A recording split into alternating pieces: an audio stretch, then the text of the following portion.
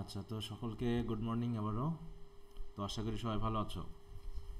আর জি sir, আপনি কেমন আছেন? এই তো আছি ভালো। তো আমরা পড়ছিলাম হচ্ছে ইন্ট্রোডাকশন টু পোয়েট্রির লিটারি টার্মসগুলো আমরা শেষ করেছি আহ, গত ক্লাস পর্যন্ত।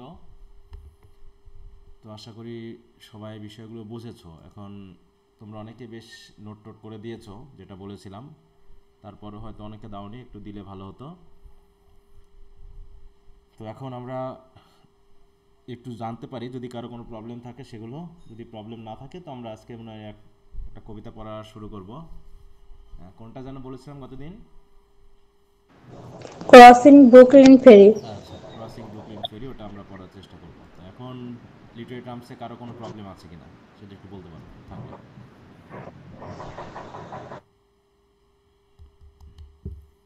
যদি কারো সমস্যা থাকে একটু বলতে পারো। আচ্ছা। না স্যার, সমস্যা নেই। আচ্ছা, তাহলে ধরলাম কোনো সমস্যা নেই।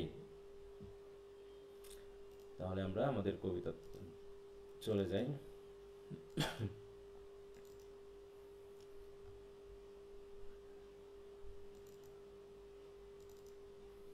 এবার একটা না আমরা কবিতাগুলো পড়ে ফেলবো, পরের পর প্রজে চলে যাব। আর রাইটিং স্কিলসের পড়াগুলো হচ্ছে তো? জি স্যার। জি স্যার। আচ্ছা, তাহলে আমাদের এ পর্যন্ত 12টা কবিতা পড়া হয়েছে, তাই না? জি স্যার। উপরের 11টা, আর জি এদিকে স্যার। হচ্ছে লার্নিং গ্রিফ। আচ্ছা,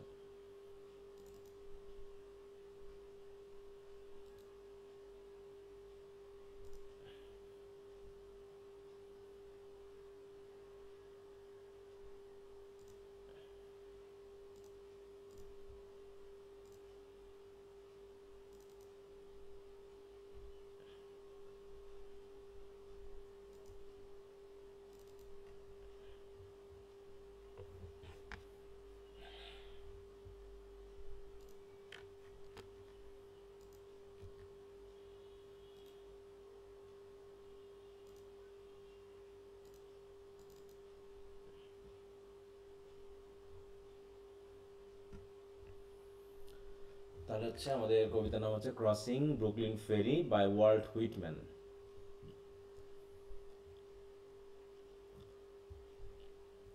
তাহলে ওয়াল্ট হুইটম্যান একজন হচ্ছেন আমেরিকান পয়েট, ঠিক আছে? এটা একটু আমরা খেয়াল রাখবো, তিনি হচ্ছেন একজন আমেরিকান পয়েট। তার মানে এতদিন আমরা যা পড়ে এসেছি, তাই তো, ইংলিশ পয়েট হিসাবে।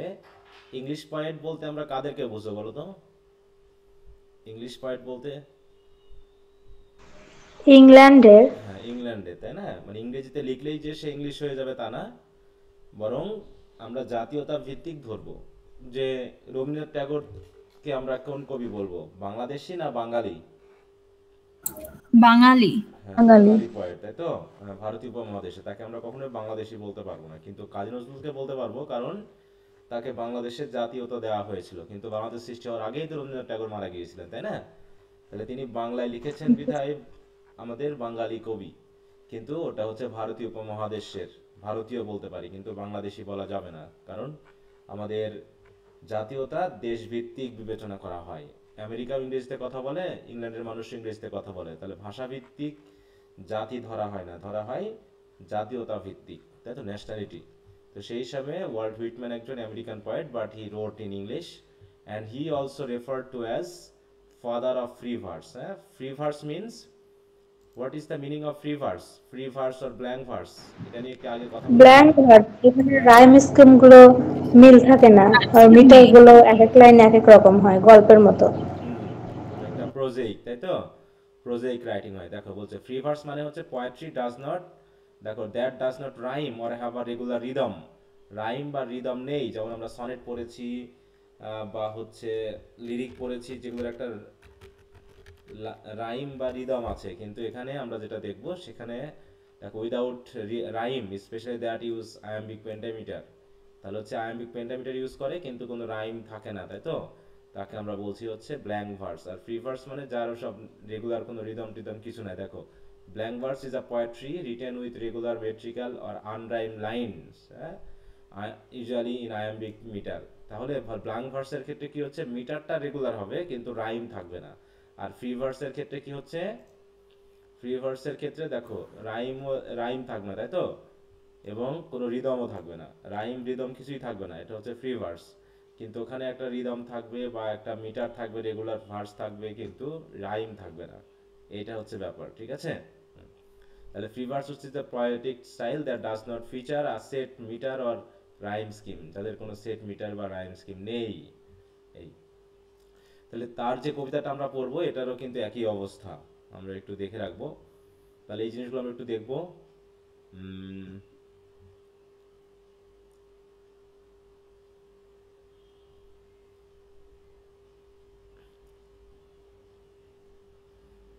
ওকে, তাহলে ক্রসিং ব্রুকলিন ফেরি সম্পর্কে আমরা একটু দেখে নিই। এটা আসলে আমাদের একটু জানতে হবে, কারণ কবিতাটা একটু অ্যাবস্ট্রাক্ট টাইপের, তো কেন লিখেছেন এই বিষয়টা আমাদের একটু জেনে নিলে ভালো হবে। বলছে crossing Brooklyn ferry is one of the celebrated points. এইখানে যেটা দেখিয়েছেন, embodying his democratic vision. Democratic vision বলতে আমরা কি বুঝি? What is the meaning of democracy?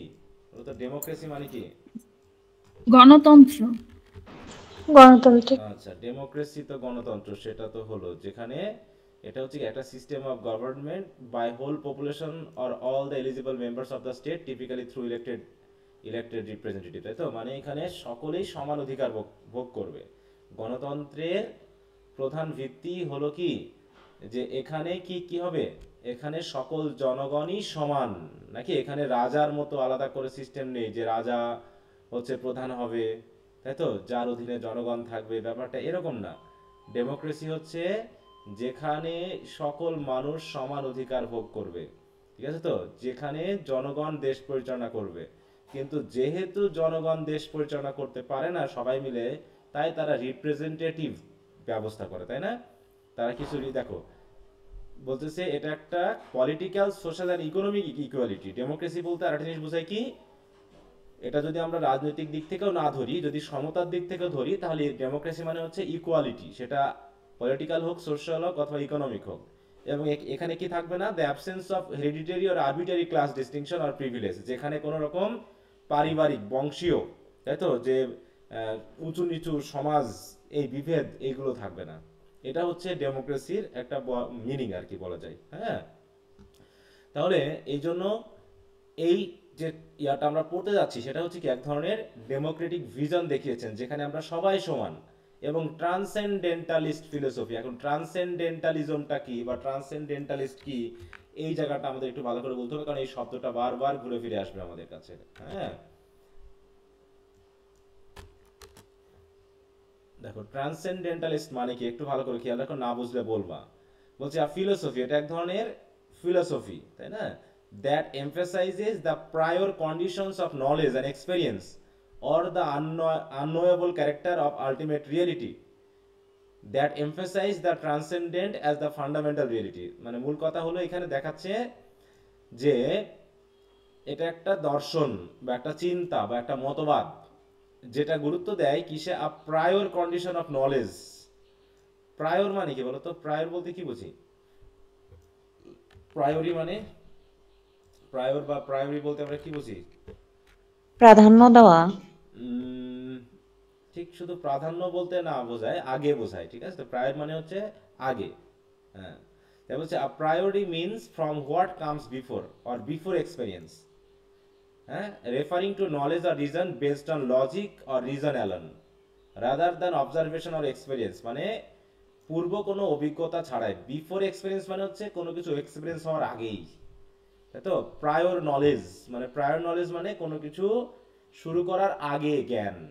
যেমন যদি তোমাকে একটা বলি যে তোমার কি কম্পিউটার রিলেটেড প্রায়র কোনো নলেজ আছে, মানে কি তোমাকে এখন আমি একটা কাজ শুরু করতে বলবো, তাই না, তোমাকে কম্পিউটারে একটা কাজ দিব, তখন তোমাকে বলতেছি তোমার কি প্রায়র কোনো নলেজ আছে কম্পিউটারে। প্রায়র নলেজ মানে কি, মানে তুমি যে এখন কাজটা শুরু করবা, তুমি আদৌ কম্পিউটার সম্পর্কে জানো তো, ঠিক আছে তো, তুমি যে কম্পিউটারে হাত দিবা এখন, এটা সম্পর্কে তোমার আগের কোনো ধারণা আছে কিনা। তাহলে প্রায়োরি বা প্রায়র মানে হচ্ছে এক্সপেরিয়েন্স পূর্ববর্তী, মানে তুমি যে এখন এক্সপেরিয়েন্স করতে যাচ্ছ, কম্পিউটারটা তোমার হাতে দিলাম, এটা চালানোর তোমার অভিজ্ঞতা আছে কিনা পূর্বের, ঠিক আছে তো, এটা বলতে ব্যবহার করা হয়। কি বোঝা গেল? তাহলে জি স্যার। জি স্যার। আমরা যে এই যে পৃথিবীতে বসবাস করছি, এই পৃথিবীতে যে আমরা বসবাস করছি, এখন বিষয়টা হলো এই পৃথিবীর বাইরের যে আমরা কোথা থেকে এসেছি এবং কোথায় যাব, আমরা তো এখন বর্তমান, তাই না? আমরা বর্তমানটাই শুধু আমাদের মনে থাকে। আমরা অতীতও আমাদের মনে থাকে, তাই না? আমাদের জীবনে অনেক অতীত কিছু মনে আছে না, যে তুমি কবে ফার্স্ট ইয়ার পড়তা, কবে সেকেন্ড ইয়ারে পড়তা, এইচএসসি, তারপর থার্ড ইয়ার, তোমার জন্মের পর থেকে তুমি কবে থেকে তোমার পৃথিবীর কথা মনে আছে? তোমার জন্মদিনের কথা কি তোমার মনে আছে, যে তুমি কবে জন্মাইছিলা, ওই দিন কি ঘটেছিল? না স্যার। তোমার স্যার মনে নাই, কিন্তু তোমার একটা সময় থেকে মনে আছে, যে ছোটবেলার দিকে ফিরে গেলে আমরা একটা সময় আগ পর্যন্ত আর কিছু মনে করতে পারি না। এমনকি আমরা যখন মায়ের গর্ভে ছিলাম সে সম্পর্কে আমাদের কোনো ধারণা নেই, আমি কেমন ছিলাম, ওই জায়গাটা কেমন দেখতে, আমি সেই সময় কেমন ছিলাম, আমরা কিচ্ছু জানি না। তাহলে ওই নলেজ আমাদের নেই। তাহলে মানে কি, পৃথিবীতে আসার আগের অপশন সম্পর্কে আমাদের ধারণা নেই।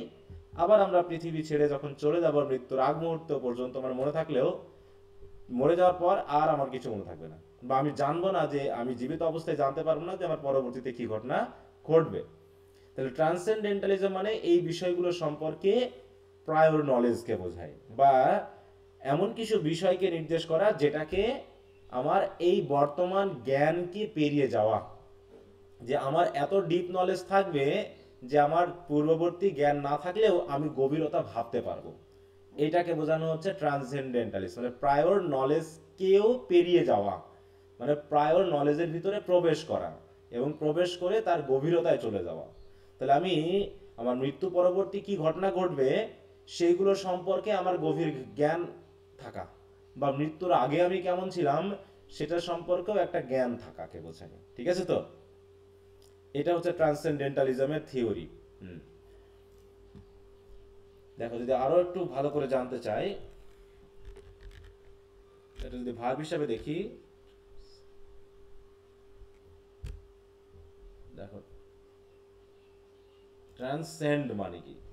ট্রান্সেন্ড মানে হচ্ছে, দেখো, লিমিটের বাইরে চলে যাওয়া, be or go beyond the range or limit, তাই তো? আমি যা চিন্তা করতে পারি, যেমন আমরা ইউলিসিসে পড়লাম না, ইউলিসিস কি বলতেছিল, যে মানুষের জ্ঞান যেখানে লিমিটেড, তাই না, মানুষ যতটুকু ভাবতে পারে, মানুষের চোখ যতটুকু জানতে পারে এবং মানুষের মন যতদূর চিন্তা করতে পারে তার বাইরে চলে যাওয়া। বুঝা গেছে ঘটনাটা? যে আমার চিন্তার যে সীমা আছে সেই সীমা পেরিয়ে চলে যাওয়া, এটাকে বলা যায় ট্রান্সেন্ডেন্ট, তাই তো? হ্যাঁ, ট্রান্সেন্ড এর ইয়া হচ্ছে, দেখো আমি কি বোঝাতে পারছি বিষয়টা? জি স্যার। হ্যাঁ, স্যার তাহলে ট্রান্সেন্ড থেকে এসেছে ট্রান্সেন্ডেন্টাল। এবার ট্রান্সেন্ডেন্টালে চলে যায়, যেটা হচ্ছে অ্যাডজেক্টিভ। অ্যাডজেক্টিভ কি? দেখো, রিলেটিং টু আ স্পিরিচুয়াল রিয়াম, তার মানে কি, আমার যে এক্সপেরিয়েন্স, তাই তো, আমার পার্থিব নলেজের বাইরে যাওয়া মানে স্পিরিচুয়াল জগতে চলে যাওয়া, সেটা আমার পৃথিবীতে আসার আগে অথবা পৃথিবীর পরবর্তী, মানে আমার মারা যাওয়ার পরবর্তী। তার মানে আমি মারা যাওয়ার আগে এবং মারা যাওয়ার পরে আমি উভয় অবস্থায় কি ছিলাম? স্পিরিট ছিলাম, একটা সোল ছিলাম, তাই তো? সেটা আমরা পৃথিবীতে হিউম্যান বিং হিসাবে এসেছি, আমরা একটা বডি পেয়েছি। এই বডি থেকে যখন আমাদের সোলটা উড়ে যাবে তখন আমরা স্পিরিচুয়াল জগতে চলে যাবো। রিয়াম মানে কি? জগৎ। তাহলে ট্রান্সেন্ডেন্টাল মানে হচ্ছে এরকম আমাদের ইহজগৎ বাদে যে জ্ঞান, তাই তো, সেইটাকে সেই অবস্থায় দেখো আদার ওয়ার্ল্ডলি, হ্যাঁ, আদার ওয়ার্ল্ডলি বা হচ্ছে প্রিটারন্যাচারাল বা সুপার ন্যাচারাল, হ্যাঁ, এই অবস্থাকে বলছে। দেখো বলছে, এটা হচ্ছে কান্তিয়ান ফিলোসফির মতে presupposed in or necessary to experience, মানে প্রায়র, মানে আমার এই ইহজগৎ পূর্ববর্তী, তাই তো, প্রায়োরি যে নলেজ সেটাকে বোঝানো হচ্ছে। হ্যাঁ, বলছে what is the concept of transcendental, বলছে Kant equated trans with that in respect of the subject faculty of condition something is transcendental if it place a role in the way in which the mind constitutes object and makes it possible for us to experience them as objects in the first place. হ্যাঁ, মানে আমরা আমাদের কি অবস্থায় ছিলাম, পৃথিবী পরবর্তী তার অবস্থানটা কি ছিল, এই বিষয়গুলো সম্পর্কে জ্ঞান বা সেন্স অর্জন করাটাই হচ্ছে ট্রান্সেন্ডেন্টাল। ঠিক আছে তো?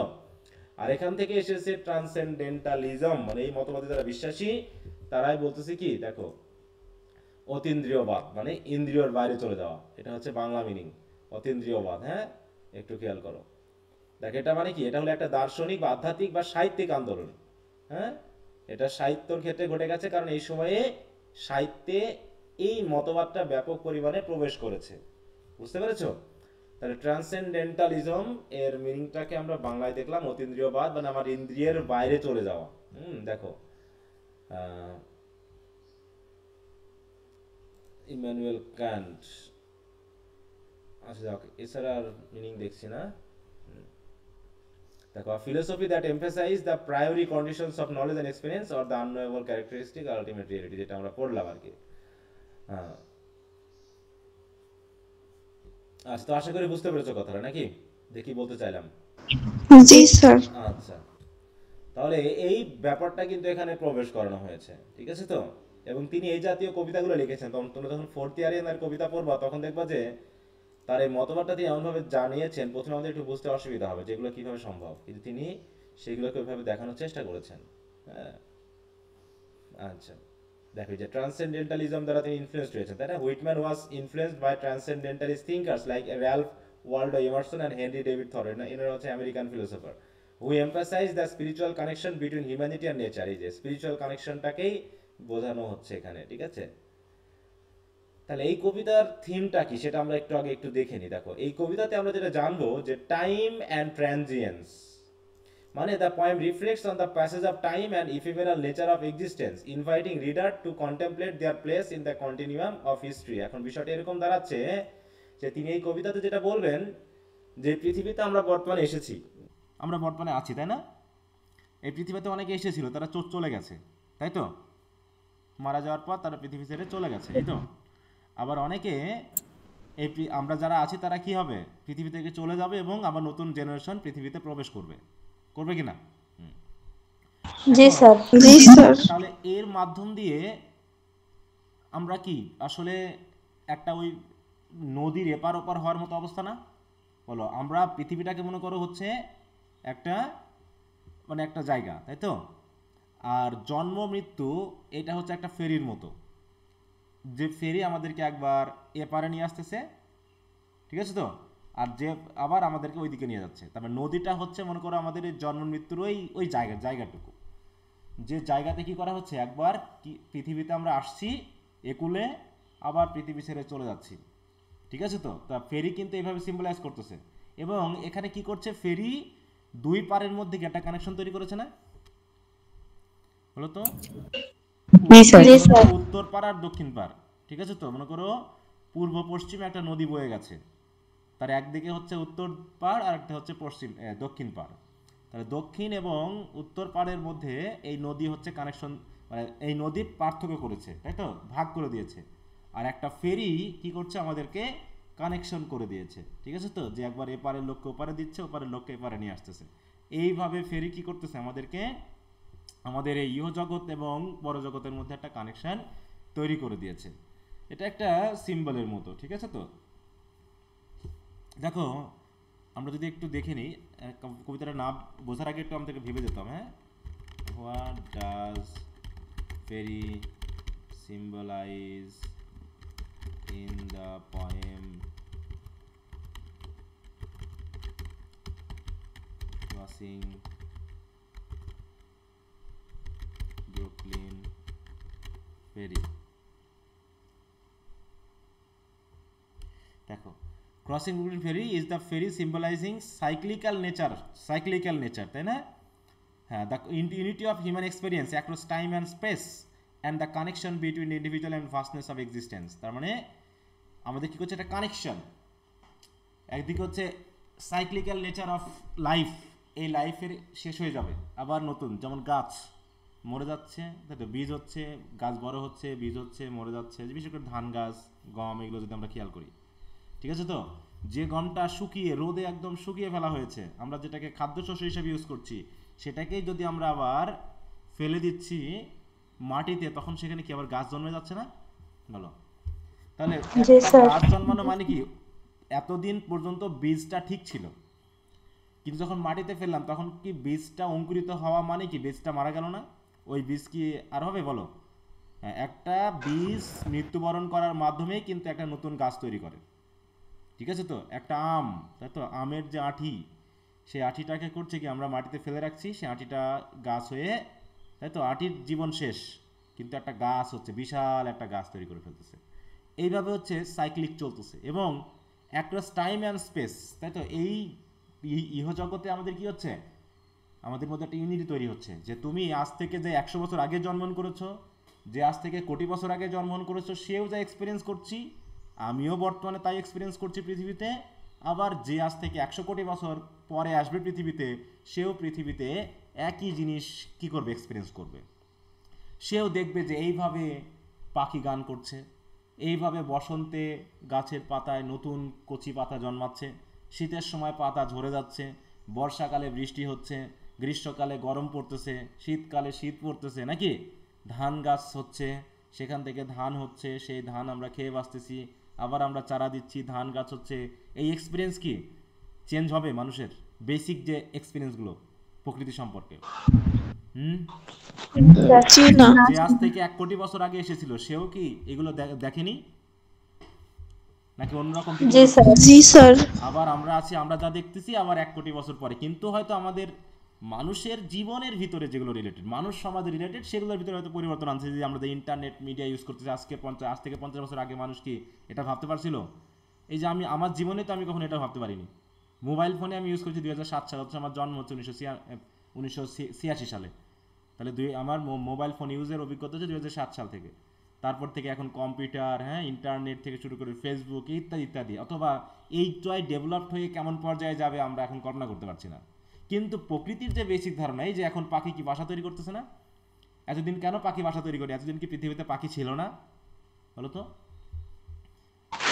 জি স্যার। তাহলে এখন বাসা তৈরি করতেছে কে তারা?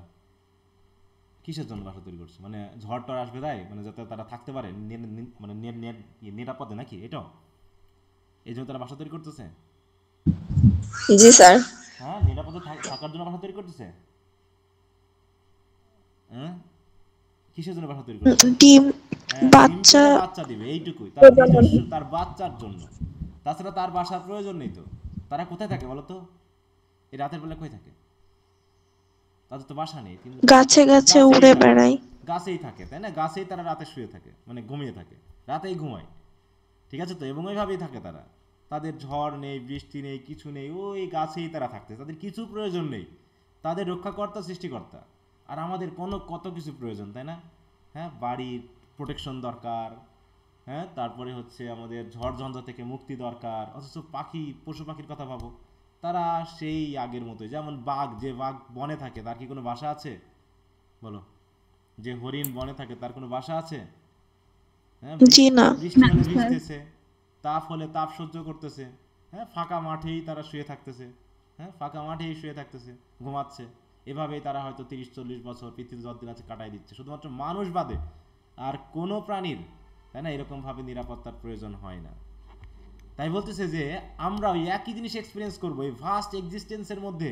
হ্যাঁ, আজকে যে আসতেছে সে এক্সপিরিয়েন্স করে, আজকেই হয়তো এই মুহূর্তে কেউ জন্মগ্রহণ করলো, আবার এই মুহূর্তে কেউ মারা গেল, এই মুহূর্তে কথা বলছে, এই মুহূর্তে কেউ না কেউ পৃথিবীর কোথাও না কোথাও কেউ মারা গেছে, আর এই মুহূর্তে কেউ না কেউ আবার পৃথিবীতে প্রবেশ করেছে। হ্যাঁ, তাহলে একজন প্রবেশ করলো, একজন চলে গেল। এই যে একটা ফ্লো, হ্যাঁ, ঠিক ওই পানির মতো না? পানি যেমন আমাদেরকে ঢেউ দিয়ে ফেরিকে একবার এপাশে ওপাশে নিয়ে যাচ্ছে, তেমনি আমাদের এই লাইফের দেখো বলছে কি, the ferry's journey across the water represent the constant flow and movement of life both physically and spiritually. হ্যাঁ, আমরা কখনো স্পিরিচুয়াল, কখনো ফিজিক্যাল অবস্থায় থাকি। The poem emphasizes the cyclical nature of experience with the ferry carrying people back and forth mirroring the ebb and flow of time. তাহলে ফেরিতে যখন কেউ আছে, যখন তুমি লঞ্চে চড়তেছো, ফেরিতে চলতেছো, তুমি কি অভিজ্ঞতা অর্জন করতেছো? যে ফেরি আগিয়ে যাচ্ছে সামনের দিকে, তাই না? পানি পিছনের দিকে ঢেউ কেটে উড়ে যাচ্ছে, পাখি উঠতেছে পিছনে পিছনে, গাছ দুই পাশে দুই কুল কিনারা, তাই না? বইগুলো যেন পিছনের দিকে চলে যাচ্ছে, আর আমরা সামনের দিকে এগিয়ে যাচ্ছি, বাতাস বইতেছে। এই অভিজ্ঞতা কি শুধু আমি একার হবে না? যে ফেরিতে চড়বে সেই দেখবে এটা। সবাই দেখবে। সবাই। তা ঠিক ওই একই ঘটনা, তাই বলছে শেয়ার্ড এক্সপিরিয়েন্স, মানে ফেরিতে যে চড়বে সেই ওই একই এক্সপিরিয়েন্স অনুভব করবে, তাই তো?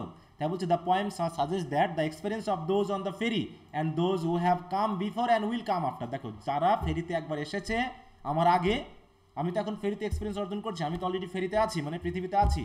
তাহলে আমার আগে যারা এসেছিল তারাও একই এক্সপিরিয়েন্স অর্জন করেছিল, এমনকি যারা পরে আসবে তারাও একই এক্সপিরিয়েন্স পাবে। সুতরাং সবার মধ্যে একটা কি আছে? ইন্টার কানেক্টেডনেস আছে, শেয়ার্ড ভিউ আছে, শেয়ার্ড এক্সপিরিয়েন্স আছে।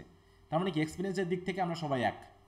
আজ থেকে যে 100 বছর 200 বছর 500 বছর 1000 বছর আগে এসেছিল সেও যে এক্সপিরিয়েন্স নিয়েছে, আজ থেকে 1000 বছর 100 বছর পরে যে আসবে সেও একই এক্সপিরিয়েন্স। অতএব এক্সপিরিয়েন্সের দিক থেকে আমরা connected. The speaker connects with the people on the ferry, the city and even future generations, দেখো highlighting the unity of human existence. এছাড়াও connection to nature and the universe, এবং আমরা কি এই পৃথিবীর সাথে কানেক্টেড।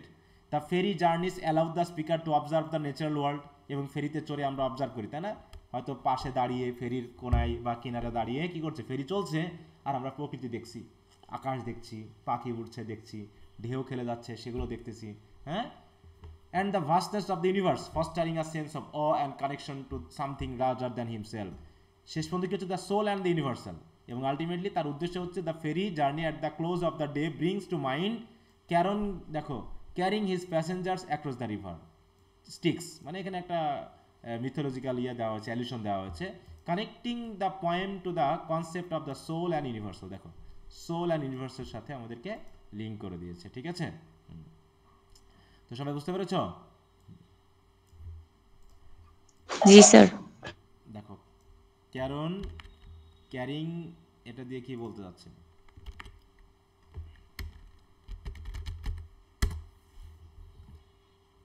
দেখো গ্রিক মিথোলজিতে, ঠিক আছে? তো Charon the ferryman of the underworld, সে হচ্ছে আন্ডারওয়ার্ল্ডের ফেরিম্যান। সে মানুষ মারা গেলে পারে কি করে, তার আত্মাটাকে তারা এই নদী পার করে ওই আন্ডারওয়ার্ল্ডে নিয়ে যায়। তাই বলছে দেখো carrying souls of the dead across the river Styx, symbolising the transition of from life to death and the journey into the afterlife. তার মানে এই ফেরি মানে কি, যে আমাকে কি করছে, মৃত্যুর পর আমার আত্মাটাকে পরের জগতে নিয়ে যাচ্ছে। এই এই বিষয়গুলোকে কিন্তু সিম্বলাইজ করতেই এই ফেরির যে কবিতাটি সেটা লেখা হয়েছে। কি সবাই বুঝতে পেরেছ? তা বলছে দেখো যে theme and transience, time and transience, হ্যাঁ। এছাড়া কি হচ্ছে, কানেকশন অ্যান্ড কন্টিনিউটি। দেখো Whitman celebrates the interconnectedness of all beings, emphasizing the shared experience of humanity across time and place, হ্যাঁ, স্পেস। সেটা যখনই যে আসুক আর যখনই যে থাকুক না কেন, শেয়ার্ড এক্সপিরিয়েন্স, হ্যাঁ। Nature and urban life through vivid description of the natural landscape and urban scenery, Whitman blurs the boundaries between nature and civilisation, যে আমরা যত সভ্যই হয়ে যায় না কেন প্রকৃতির সাথে আমাদের লিঙ্কড আছে, highlighting the beauty inherent in both. একইভাবে identity and democracy, crossing Brooklyn ferry embodies Whitman's democratic ethos, যে আমরা সবাই এক। তাই তো, সে ধনী হোক সে গরিব হোক, আমরা যখন ফেরিতে উঠছি, ধনী ব্যক্তিও ফেরিতে উঠছে, একজন গরিব ভিক্ষুকও ফেরিতে উঠছে, দুজনের এক্সপিরিয়েন্স কি ভিন্ন হবে না একই হবে? বলো তো, একই হবে। একই হবে। অতএব এখানে কোনো ধনী দরিদ্রতা নেই, দেখো সোশ্যাল স্ট্যাটাস নেই, তাই না? দেখো affirming the dignity and equality of every individual regardless of social status and background. মনে করো যে আমাদের কিছু কিছু অভিজ্ঞতা একই, ওদেরও কান্না পায় আমারও কান্না পাই, কান্না পায় না কার, দুঃখ পেলে কান্না পায় না কার, বলো? বা হচ্ছে ফানি কিছু বললে হাসে না কে, সুন্দরী মেয়ে দেখলে, তাই তো, কামুক দৃষ্টিতে বা হচ্ছে ওই অন্তর্দৃষ্টিতে তাকায় না কে, ঠিক একইভাবে মেয়েরা হ্যান্ডসাম ছেলেদের দেখলে তাকায় না কে। এরকম কবিতাগুলো আছে যে মানে খারাপ অভিজ্ঞতা থেকে শুরু করে ভালো অভিজ্ঞতা, সততা, সব কিছু আমাদের মধ্যে আছে। সবাই মিথ্যা বলে, আমিও মিথ্যা বলি, তাই তো। সবাই চুরির মন থাকে, আমারও মনে থাকে। সবাই ধান্দাবাজি করে, আমিও ধান্দাবাজি করি। অতএব এইভাবে আমাদের শেয়ার্ড এক্সপিরিয়েন্সে আমরা সবাই এক। আমরা সবাই ভাব নিই না, আমি এই না সেই না তাই না, হ্যাঁ। আমরা হয়তো নিজেকে নিয়ন্ত্রণ করি, কিন্তু বৈশিষ্ট্যের দিক থেকে আমরা সবাই এক। সবাই ভাবতেছে এই টাকাগুলো যদি আমার হতো। মনে করো একটা ব্যাগে 1 কোটি টাকা মনে করো পড়ে আছে, তাই তো, 1 কোটি টাকা পড়ে আছে। এখন যদি ওই পড়াটা 100 জন দেখে, 100 জনের কাছেই কি মনে হবে যে এই টাকাটা যদি আমার হতো, নাকি? কেউ কেউ হয়তো নিজের বলে লুকিয়ে ফেলবে, নাকি? আর কেউ যদি একটু সৎ হয় মনের দিক থেকে, যদি নিজেকে নিয়ন্ত্রণ করতে পারে, তাহলে হয়তো সে খুঁজে বার করবে টাকাটা কার, অথবা দান করে দিবে, এই তো, নাকি? তাছাড়া সেও হয়তো যে দান করে দিবে সেও হয়তো মনে মনে ভাবতেছে টাকাগুলো যদি আমার হতো, সেও কিন্তু ভাবতেছে, কিন্তু সে তার সততার দিক থেকে ভেবে হয়তো সে ভাবছে না, আমি টাকাগুলো আমি রাখবো না, আমি যার টাকা তাকে খুঁজে বার করে দিয়ে দিব। এই যে, তাছাড়া ওই যে আমার যদি হতো, এবং তার মনে হয়তো একবারও না একবার করেছে যে না, টাকাগুলো যদি আমি রেখে দিই কি হবে, আর রেখে গেলে আমার এত এত কিছু হতো, এরকম একবারও না একবার ভাববে, নাকি? নাকি ভাববে না? জি স্যার।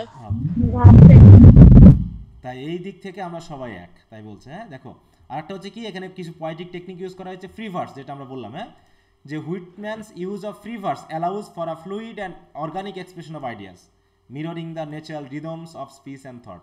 ন্যাচারাল, তাই না? আমরা যখন কথা বলি সেখানে কিন্তু রিদম রাইমিং থাকে না সবসময়, তাই না? তাই বলুন এত মিটার টিটার থেকে লাভ কি। ক্যাটালগিং, তিনি আবার ক্যাটালগ করেছেন, হ্যাঁ। দ্য পোয়েম এমপ্লয়েজ ক্যাটালগিং আর technique whereby Whitman list various observation experience, বিভিন্ন অবজারভেশনাল এক্সপিরিয়েন্স তিনি লিস্ট করেছেন, ওই যেগুলো আমি বললাম, হ্যাঁ। মিথ্যা বলা, কামকত্ব দেখানো, চুরি করা, ডাকাতি করা, লোভ করা, সবার ভিতরে ছিল। Creating a sense of abundance and inclusivity. Anaphora and repetition, দেখো অ্যানাফোরা ইউজ করেছিলাম আমরা। অ্যানাফোরা কি পড়ছিলাম, যে কোনো ফ্রেজের, তাই না, রিপিটেশন, কোনো একটা ফ্রেজের রিপিটেশন কোথায়, পরপর দুইটা ভাব নাকি। আর এপিফোরা হচ্ছে কি শেষের দিকে, তাই না, এটা। And repetition. Whitman frequently employs anaphora and repetition to underscore key themes and create a sense of rhythm and resonance. এবং এটা হচ্ছে ফার্স্ট পারসন পার্সপেক্টিভ, মানে কবি আমি আমরা এরকম বলে ব্যবহার করেছেন। এটা একটা সাবজেক্টিভ পোয়েম, হ্যাঁ। By addressing the reader directly and inserting himself into the narrative, Whitman fosters a sense of intimacy and immediacy, inviting readers to participate in the journey of self discovery, হ্যাঁ, self ডিসকভারিতে। তা এইভাবে আমরা কি দেখতে পাচ্ছি, যে তিনি বর্ণনা করেছেন সবাইকে একসাথে নিয়ে, হ্যাঁ। তো যাই হোক, এই অংশগুলো তোমরা একটু পড়ে নিও, আমি আর বাকিগুলো পড়াচ্ছি না। এখন section wise discussion and analysis. দেখো এই কবিতার একটা নাম আছে, সেটা হলো সানডাউন পোয়েম। এটা আবার মনে রেখো, কারণ অনেক সময় দেখা যায় ব্রিফ কোশ্চেনে চলে আসতে পারে। আর আমি তোমাদের কবিতার যে ব্যাকগ্রাউন্ড ইনফরমেশনগুলো এগুলো একটু পড়তে দিই, আমি হয়তো সবগুলোকে পড়ায় দিচ্ছি না কারণ সময় কম, কিন্তু দয়া করে তোমরা একটু পড়ে নিবা, তাতে কিছু কিছু তথ্য পাবা যেগুলো ব্রিফ কোশ্চেনে আসার মতো, ঠিক আছে? জি স্যার। একটু ভালো করে পড়ে নিবা। তো সেকশন ওয়াইজ আমরা ফার্স্ট সেকশন, থার্ড সেকশন এভাবে আমরা মেইনলি পড়বো, কারণ কবিতাটা বুঝতে হলে একটু ধীরে যেতে হবে। দেখো আমি এই যেটা হচ্ছে কি, এখান থেকে এই যে ফার্স্ট সেকশন শুরু, তাহলে তার আগ পর্যন্ত কি বলা হয়েছে আমি এখানে একটু দেখাইনি, হ্যাঁ, একটু পড়ে নিই। বলছে the major themes in the poem is the ferry. তাহলে এই কবিতার মেইন থিমটা হলো ফেরি, আর এটা সিম্বলাইজ করছে কি, it symbolizes continual movement backward and forward, a universal motion in space and time. সময়ের সাথে সাথে যে আমরা, হ্যাঁ, আগে পিছিয়ে হয়ে যাচ্ছি, হ্যাঁ, কেউ আসছে, কেউ আছি, কেউ চলে যাবে, আবার কেউ আসবে। The ferry moves on from a point of land, তাই তো, through water to another point of land, মানে এক পার থেকে ওপারে।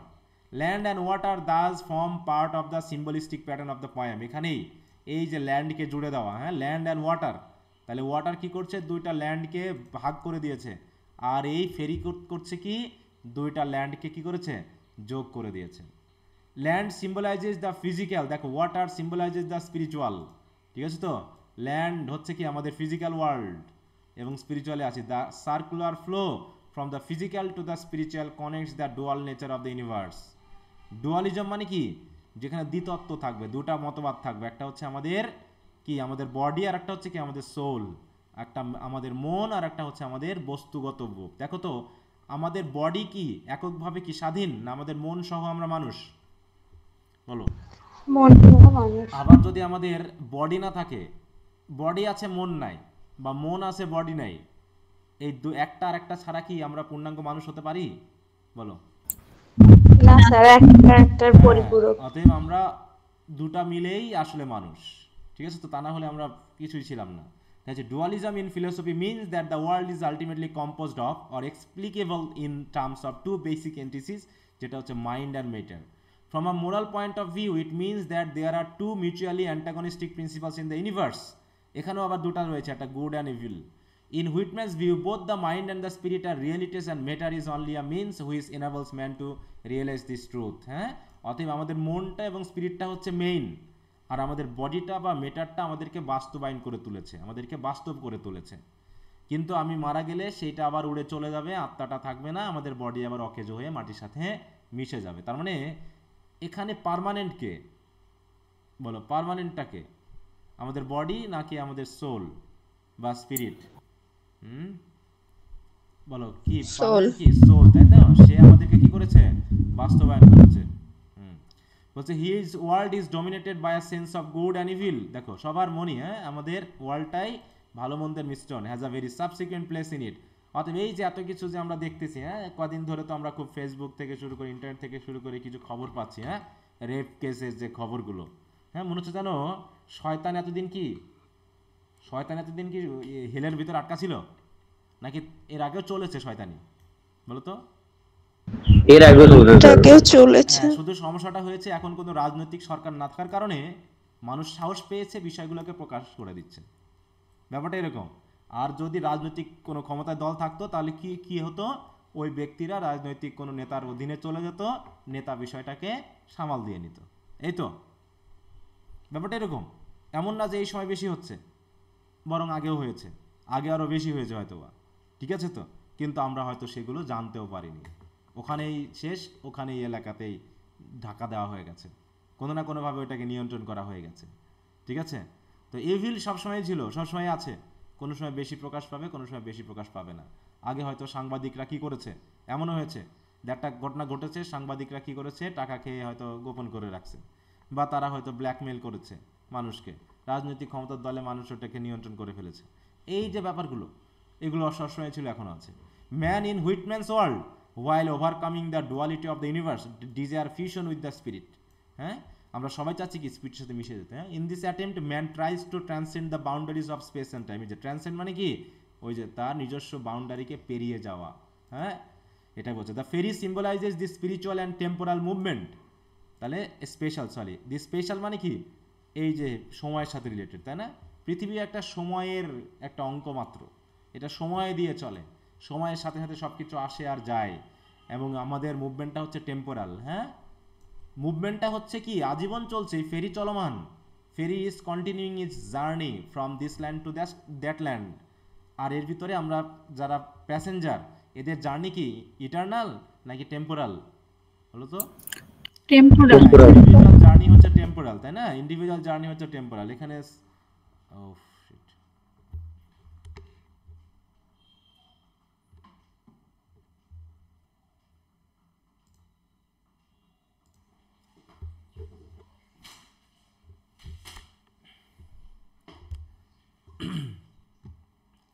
আচ্ছা, সবাই শুনতে পাচ্ছ আশা করি, নাকি?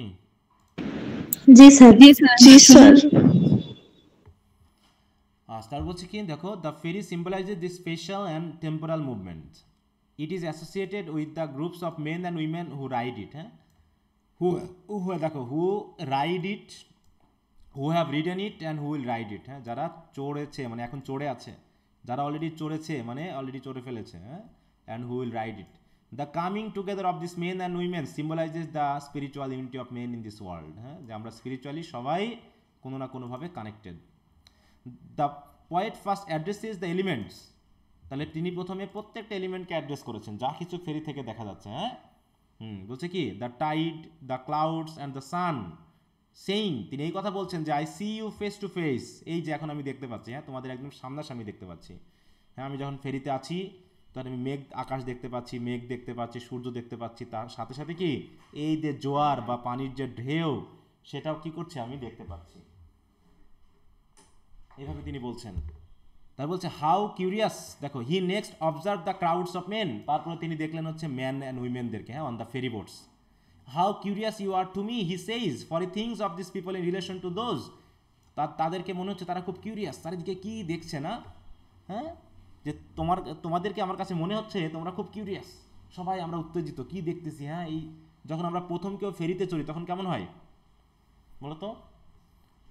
তখন কি আমরা চুপ করে বসে থাকি, না ফেরিতে চড়ার পর চারিপাশে দেখাচ্ছি?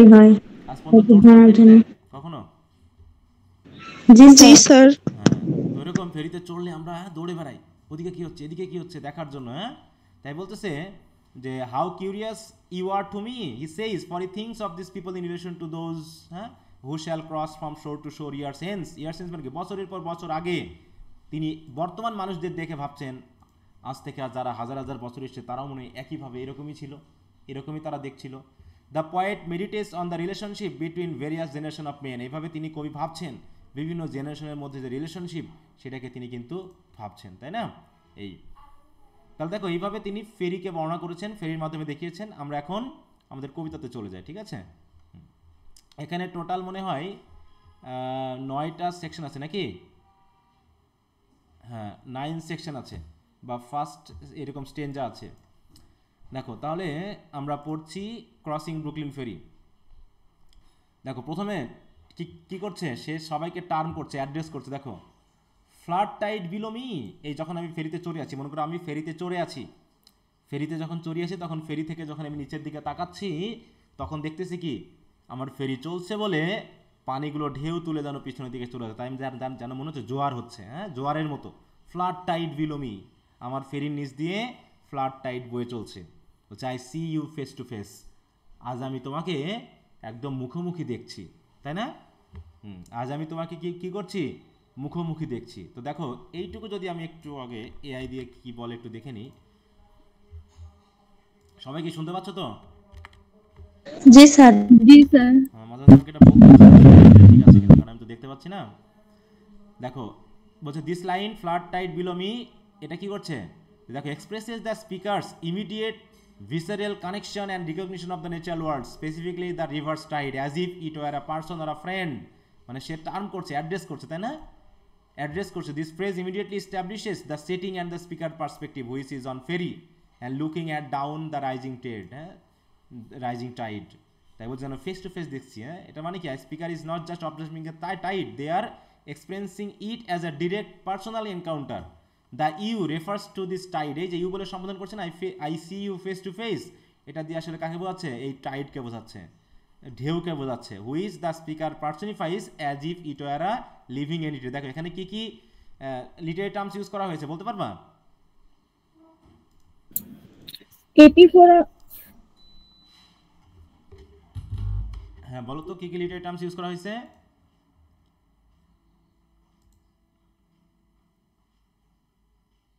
বলতে পারবা কেউ? স্যার কোন জায়গায়? প্রথম লাইনে বই নাই তোমাদের কাছে? এখানে এই জায়গায় কি কি ইউজ করা হয়েছে, কি কি লিটারি টার্মস ইউজ করা হয়েছে?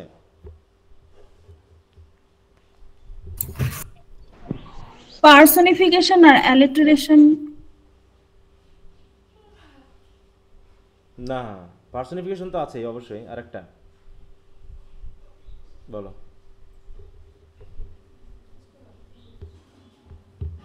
এটা হচ্ছে অ্যাড্রেস করাকে আমরা কি বলছিলাম? অ্যাড্রেস করা, ওই যে আমরা অ্যাড্রেসটা পড়ি না, অ্যাড্রেস, কাউকে অ্যাড্রেস করা অর্থে অ্যাপোস্ট্রফি পড়েছিলাম, অ্যাপোস্ট্রফি বলে কিছু পড়েছিলাম না স্যার, আপনি তো পড়েন না। ওটা তো তোমাদের সিলেবাসে নাই নাকি? না স্যার। হ্যাঁ, তাহলে অ্যাপোস্ট্রফি মিনিং ইন লিটারেচার। তোমরা একটু আমার ফেসবুক পেজটা একটু কিছু কিছু জিনিস দেওয়া হয়, ওটা দেখছো? ওখানে দেখবে অ্যাপোস্ট্রফির একটা লিটারি টার্মস দিয়েছে, আমার ওখানে ধারাবাহিকভাবে লিটারি টার্মসগুলো একটু দিচ্ছে, একটু দেখে নিবা তোমরা। হ্যাঁ, দেখছো? জি স্যার। দেখেছো কখনো? জি স্যার, সবগুলো দেখি নাই। হ্যাঁ, একটু ওগুলো পড়ে নিবা, তাতে তোমাদের কাজে লাগবে। ঠিক আছে, আমি একটু ধারাবাহিকভাবে দিচ্ছি, দেখবা। অ্যাপোস্ট্রফিটা কি দেওয়া হয়েছে? এই যে অ্যাপোস্ট্রফিটা গতকালকে দিয়েছি মনে হয়, হ্যাঁ, এই যে গতকালকে, হ্যাঁ, অ্যাপোস্ট্রফি 6টা দেওয়া হয়েছে পর্যন্ত। তারপরে যে অ্যাফোরিজম দেওয়া হয়েছে, অ্যাফোরিজম কি এ দিয়ে যেগুলো এখন দিচ্ছি, যেগুলো প্রয়োজনীয় তোমাদের লাগবে, সেটা সিলেবাসে থাকুক আর না থাকুক। অ্যান্টি ক্লাইম্যাক্স দেওয়া হয়েছে, তারপরে হচ্ছে এখানে কি কি দিয়েছি, এই যে অ্যানাফোরাটা দিয়েছি 3-এ, তাই তো। তারপরে অ্যালিউশন 2-এ, 1 নম্বরে কি দেওয়া হয়েছিল, এই যে অ্যালিটারেশন। এগুলো একটু দেখে নিবা, তাহলে ওখানে দেখবা দেওয়া আছে অ্যাপোস্ট্রফি। অ্যাপোস্ট্রফিটা কি যদি আমরা একটু দেখি, তাহলে দেখো অ্যাপোস্ট্রফিটা কি। এইখানে অ্যাপোস্ট্রফি বলছে, in English literature apostrophe is a literary device in which a speaker directly addresses someone or something that is not present, can not respond or is an abstract idea. This could be an absent person or deceased individual, যে কোনো ব্যক্তি হতে পারে, absent হতে পারে, তাই তো, এরকম আর কি। Apostrophe ads drama, emotion and intensity. এটা তার মানে কি, এটা হচ্ছে কি কাউকে কি করা, দেখো কাউকে বা কোনো কিছুকে সরাসরি সম্বোধন করা, এটাকে বোঝায়। যেমন ও ওয়াইল্ড ওয়েস্ট উইন্ড, আমরা অ্যাড্রেস করেছিলাম না এখানে, ও ওয়াইল্ড ওয়েস্ট উইন্ড, করেছিলাম, ওখানে অ্যাপোস্ট্রফি আছে, তাই তো। তো এইভাবে আমরা ব্যবহার করতে পারি। বিশেষ করে আমরা এইটা পাবো হচ্ছে রিডিং স্কিলস পড়তে গিয়ে কয়েকটা কবিতা পড়বো যেখানে অ্যাপোস্ট্রফির ব্যবহার আছে। তো এখানেও ঠিক অ্যাপোস্ট্রফি ইউজ করা হয়েছে, বুঝতে পেরেছো? তো এখানে একটা লিটারি টার্মস হলো অ্যাপোস্ট্রফি, এই যে flood tide below me, I see you face to face, তারপর হচ্ছে ক্লাউডস অফ দ্য ওয়েস্ট, পশ্চিমের ক্লাউড, হ্যাঁ, মেঘ, sun they are half an hour high, সাথে সাথে সূর্য যে হয়তো বা আর হাফ অ্যান আওয়ার হাই আছে, মানে কি আধা ঘন্টা হাই, মানে কি আধা ঘন্টা পরে সূর্য কি করবে, ডুবে যাবে না, সূর্য ডুবে যাবে। তাহলে হাফ অ্যান আওয়ার হাই, হয়তো আধা ঘন্টা পরেই সূর্যটা ডুবে যাবে, আধা ঘন্টা উপরে আছে, তার মানে আধা ঘন্টা পরে সূর্য ডুবে যাবে। এরকমভাবে সে ক্লাউডকে টার্ম করছে, তারপরে সানকে টার্ম করছে, করে বলতেছে কি I see you face to face, তোমাদেরকেও আমরা মানে আমি দেখতেছি, হ্যাঁ, মুখোমুখি দেখতেছি। কোথায় চড়ে? আমাদের স্পিকার এখন কোথায় চড়ে আছে? ফেরিতে। ফেরিতে। হ্যাঁ, তারপর তিনি ফিরলেন কার দিকে? Crowds of men and women, হ্যাঁ, যারা অ্যাটায়ার্ড ইন ইউজুয়াল কস্টিউম, যারা স্বাভাবিক পোশাক পরে আছো না, যেভাবে মানুষ পোশাক পরে থাকে, তাই বলছে crowds of men and women how curious you are to me, হ্যাঁ, তোমরাও আমার কাছে কত কিউরিয়াস, হ্যাঁ, হ্যাঁ, তোমাদেরও আমার জানতে ইচ্ছা করছে তোমরা কারা, কোথা থেকে এলো, হ্যাঁ, সেই ইয়াটার মতো, হ্যাঁ, তোমরা কারা, এরা কারা, হ্যাঁ, তা কোথা থেকে এলো, কোথায় ছিলাও, হ্যাঁ, এরাও আমার মতো, হ্যাঁ, আমিও ওদের মতো, কিভাবে তারা তাকাচ্ছে এদিক ওদিক, আমিও কেমন তাকাচ্ছি এগুলো দেখার জন্য। এর বলছে কি on the ferry boat the hundred and hundred that cross, এইভাবে প্রতিদিন ফেরি বোটে করে কি হাজার হাজার শত শত মানুষ ক্রস করছে, কেউ করছে কি রিটার্নিং হোম, হ্যাঁ, যারা বাসায় ফিরে যাচ্ছ, এই যে সন্ধ্যা যেহেতু, তাহলে এখন নিশ্চয়ই বাসায় ফেরার মতোই হবে। তাই বলছে এই যে তোমরা ফেরিতে চড়ে আছো শত শত, হ্যাঁ, তোমরা যে ক্রস করতেছো, এই যে ক্রস ব্রুকলিন, হ্যাঁ, ব্রুকলিন হচ্ছে কি একটা নদীর নাম, ঠিক আছে তো, আর ওই নদীটা জায়গার নামও ব্রুকলিন আছে, তোমরা দেখছো কিনা আমি একটু দেখে আসি, ইমেজটা দেখো, ব্রুকলিন রিভার, হ্যাঁ, এই যে দেখো এটা কোথায় অবস্থিত, নিউ ইয়র্কের, এই যে ব্রুকলিন রিভার, ঠিক আছে তো, এই মনে করো ফেরিটা যাচ্ছে, হ্যাঁ, এই যে ব্রুকলিন রিভার, এপাশ থেকে ওপাশ, ওপাশ থেকে এপাশে যা আশা করতেছে, তাহলে ব্রুকলিন রিভার উইথ বোট, দেখো উইথ আ ফেরি, দেখি তো, এই যেমন করো ফেরি, হ্যাঁ, এই যেমন করো এই ফেরিতে চড়ে ব্রুকলিন পার হচ্ছে মানুষ, এই যে দেখতে পাচ্ছ, জি স্যার। এই ফেরিতে চড়ে তারা আশেপাশে, এখন তো বিল্ডিং হয়ে গেছে, কারণ এটা কবিতাটা লেখা হয়েছে তো অনেকদিন আগে নাকি, কারণ কবির বয়স কত আমাদের, কত বছর বয়সে, মানে কোন সালে তিনি জন্মেছিলেন, দেখো 1800 কত, 1800 সালের শুরুর দিকের, এই যে 1819, তার মানে কত বছর হবে আজ থেকে,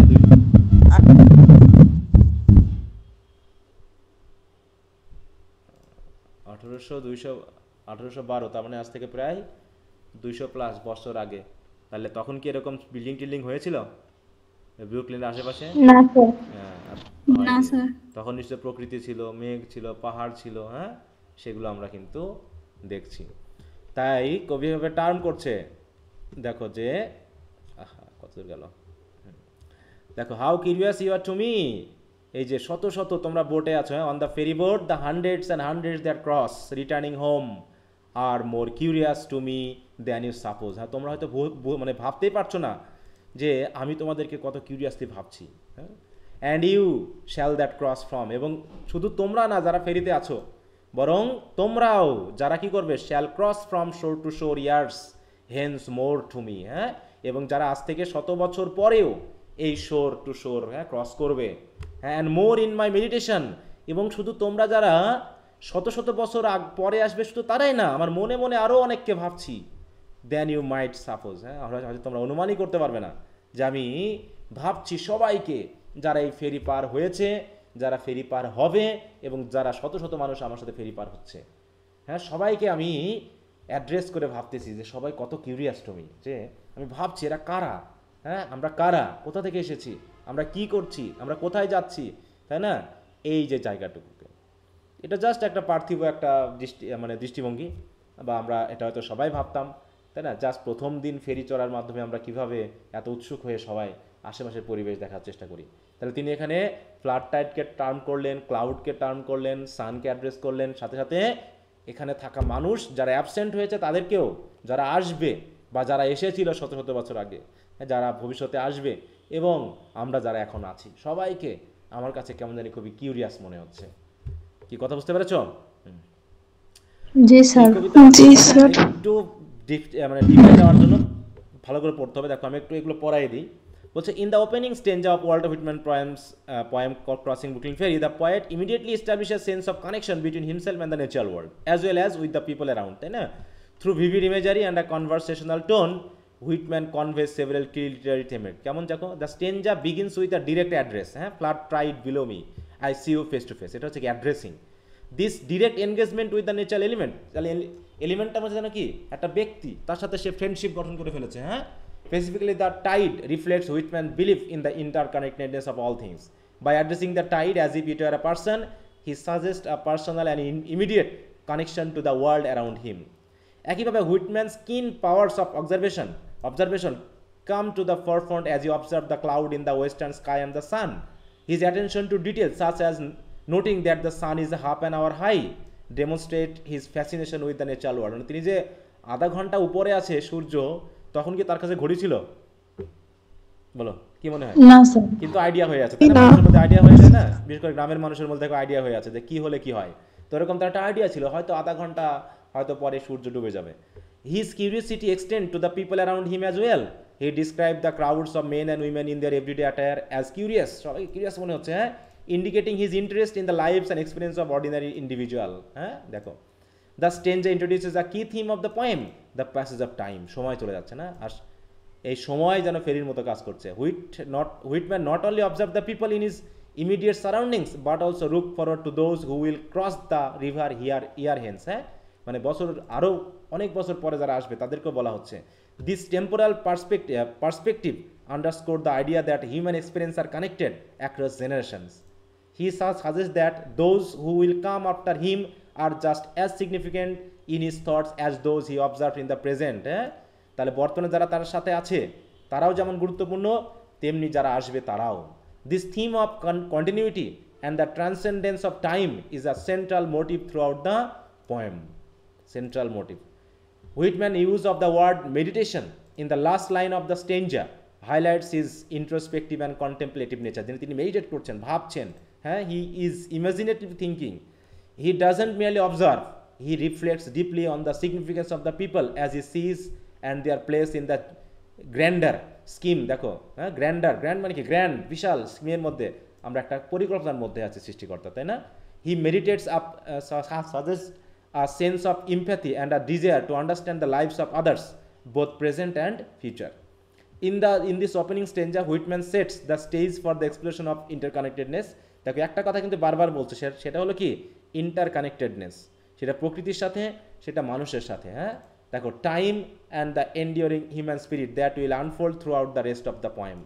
His engagement with the natural world and his curiosity about humanity creates a foundation for the broader themes and ideas he will develop. আচ্ছা, যাও, আশা করি বুঝতে পেরেছো যে প্রথম ইয়াটায় স্টেঞ্জাতে কী বিষয় নিয়ে কথা বলা হয়েছে। তাহলে তিনি একটা কানেকশন অলরেডি তৈরি করে ফেললেন মানুষের সাথে, প্রকৃতির সাথে, সব কিছুর সাথে, এবং তিনি দেখালেন যে শুধু বর্তমান না, অতীত, বর্তমান, ভবিষ্যৎ সকলের মধ্যে একটা কানেকশন বা ইন্টারকানেক্টেডনেস আছে। এবার হচ্ছে সেকেন্ড স্টেঞ্জা। আচ্ছা, কি বুঝতে পেরেছে এ পর্যন্ত সবাই? জি স্যার। জি স্যার।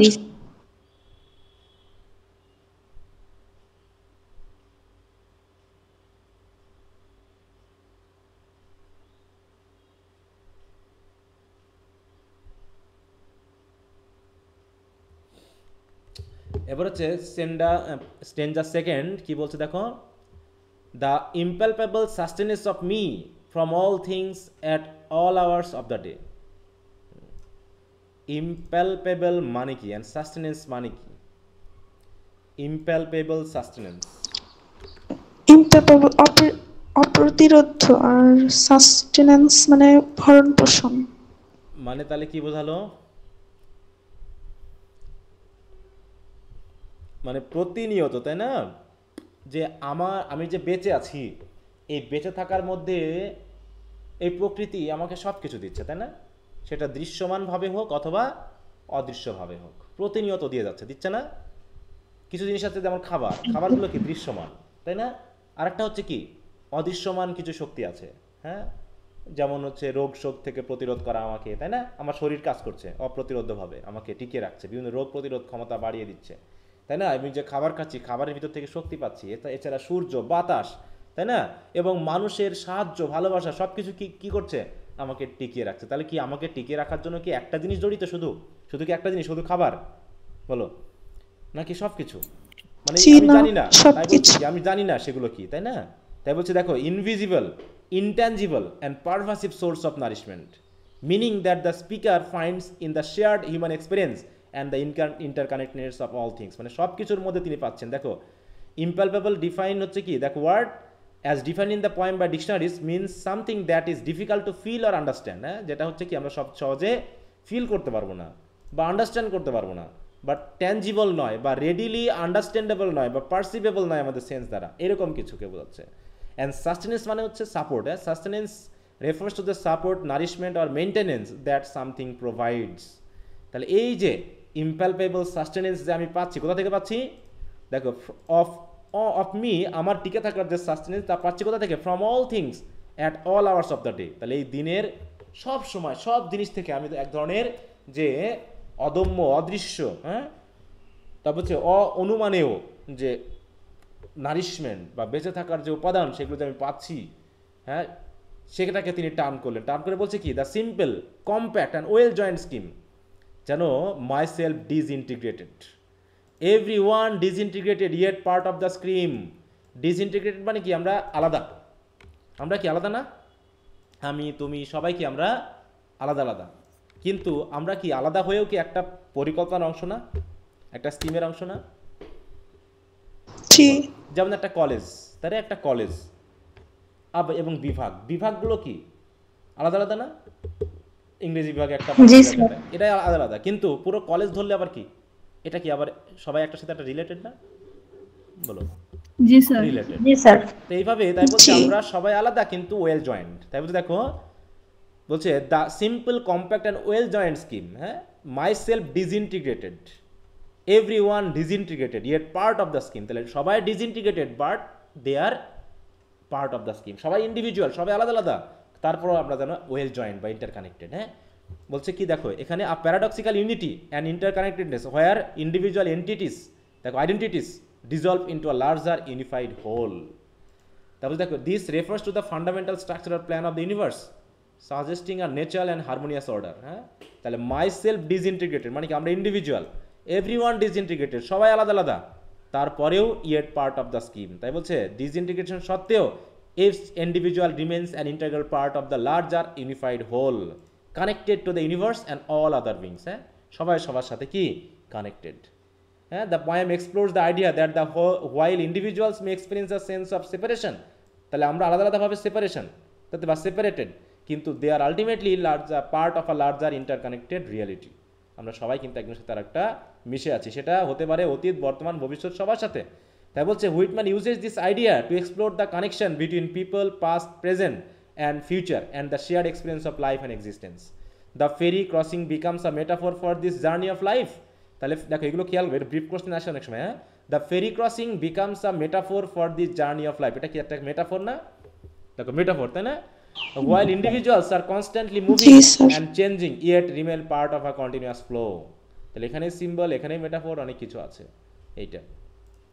তাহলে বুঝতে পারছো নিশ্চয় যে আমরা সবাই কি, সবাইকে বলছে কি আমরা সবাই একসাথেই আছি, কারণ আমরা সবাই সবার জন্য কি সাস্টেনেন্স। কারণ কি, কেউ আমার জন্য দেখা যাচ্ছে আমি তোমাদের পড়াচ্ছি, তোমাদের বাবা মারা হয়তো বিভিন্ন ধরনের কাজ করছে, কেউ হয়তো ফসল ফলাচ্ছে, কেউ হয়তো টিচিং দিচ্ছে, কেউ হয়তো, মানে সবাই আমরা সবার সাথে রিলেটেড, তাই না? কেউ আমার জন্য খাবার তৈরি করতেছে, কেউ আমার জন্য যানবাহন নিয়ে রাস্তায় চলাচল করতেছে, আমি কোথাও গেলে সে আমাকে নিয়ে যাবে, আমার জুতা স্যান্ডেল ছিঁড়ে গেলে কেউ সেলাই করে দিবে, তাই না? কেউ দোকানে কোনো মালামাল নিয়ে বসে আছে যেটা আমার প্রয়োজন, বই নিয়ে বসে আছে, খাতা নিয়ে বসে আছে, চাল ডাল তেল নিয়ে, সবাই আমরা কিন্তু কি আছি, একজন আরেকজনের সাথে রিলেটেড। যার যে চাল বিক্রি করে তার কি অন্য কিছুর প্রয়োজন নাই?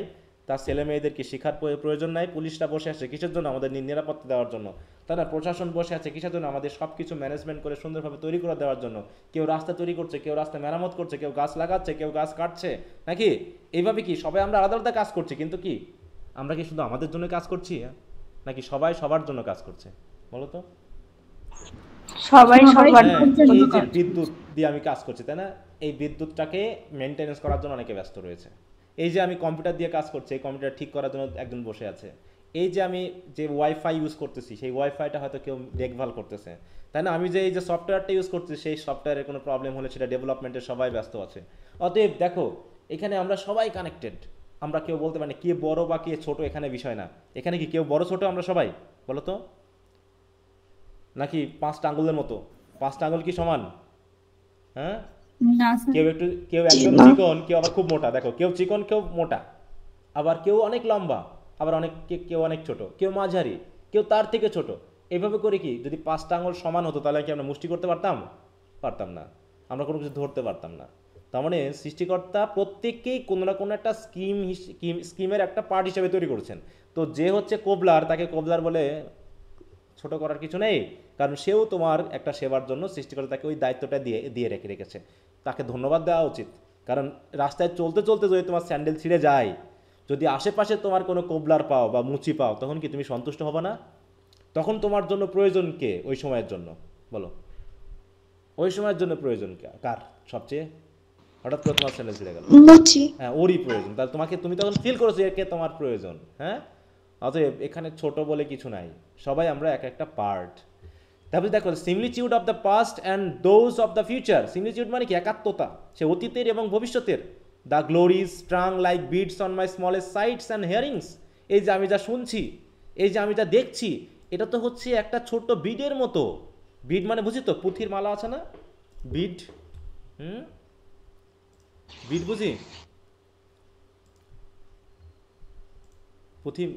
পুঁথি পড়ো না? পুঁথি জানো না? জি স্যার।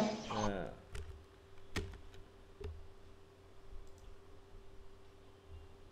এই যে এরকম এরকম না? তাহলে এই মালার অংশ কি সব পুঁথিগুলো কি ইন্ডিভিজুয়াল না? এখানে সবগুলো কি ইন্ডিভিজুয়াল তো, নাকি? এটা জি একটা, স্যার।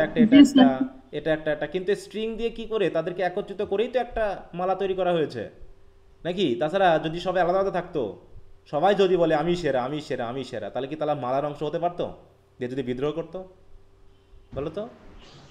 না। হতে পারতো জি না। না। তাহলে একটা স্ট্রিং দিয়ে তাদের কি করা হয়েছে? এই যে স্ট্রিংটাই হচ্ছে একটা অদৃশ্য শক্তি যে আমাদের কি করে রেখেছে, বেঁধে রেখেছে। কিন্তু সব পুঁথিগুলো কি, গুটিগুলো এক একটা আলাদা আলাদা ইন্ডিভিজুয়াল, কিন্তু সকলে মিলেই একটা এখানে সুন্দর মালা তৈরি করা হয়েছে। ঠিক আছে তো? তো ঠিক এটাই বলছে যে যা কিছু আমি দেখছি, হ্যাঁ, সেটা আমি দেখছি অথবা শুনছি, অথবা on the walk in the street and the passage of the river, সেটা আমি রাস্তায় হাঁটতে গিয়ে হোক অথবা নদী দিয়ে চলতে গিয়ে হোক, আমি যা কিছুই দেখছি না কেন, এই যে স্ট্রাং করা হয়েছে, যে বিটগুলোকে একত্রে মালার মতো তৈরি করা হয়েছে, এগুলো হচ্ছে কি এক একটা বিট মানে কি এক একটা জিনিস যেটা আমি দেখছি বা যেটা আমি শুনছি। হ্যাঁ, the current rushing so swiftly and the swimming with me far away. এমনকি এই যে স্রোতগুলো, এই স্রোতগুলোও কি খুব দ্রুত চলছে আমার সাথে, দেখো। হ্যাঁ, the current rushing so swiftly and swimming with me far away, the others that are follow to me.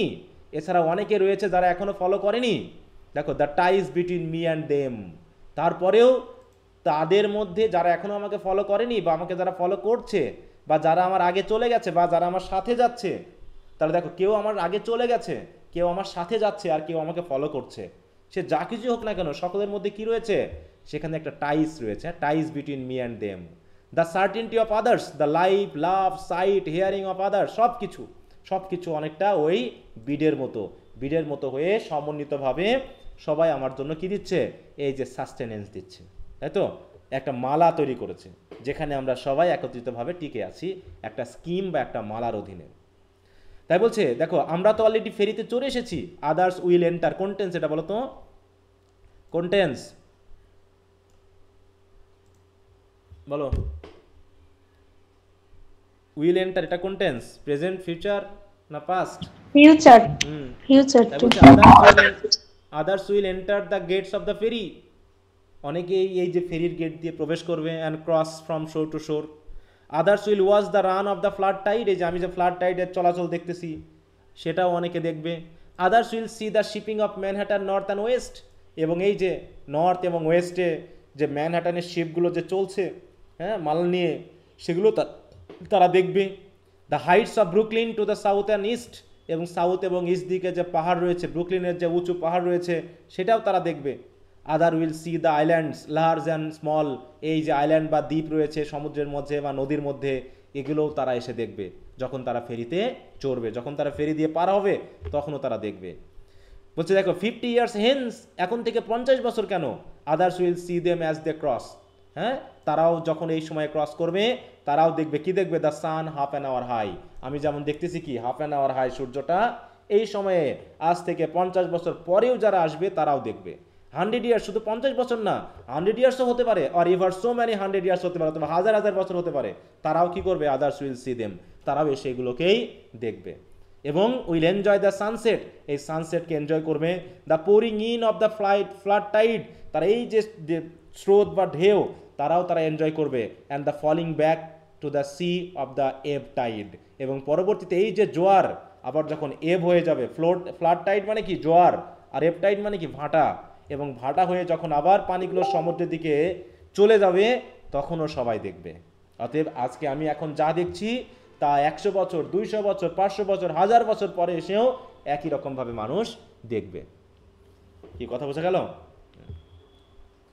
G sir. তাহলে আমরা সেকেন্ড স্টেঞ্জা কি পাচ্ছি দেখো, in the second stanza of Walt Whitman's cross in Brooklyn ferry, the poet delves deeper মানে কি খুব গভীরভাবে চিন্তা করে, into his explosion of time connection and the enduring nature of human experience through vivid imagery and introspective language. Introspective মানে বুঝি তো, what is the meaning of ইন্ট্রোস্পেক্টিভ?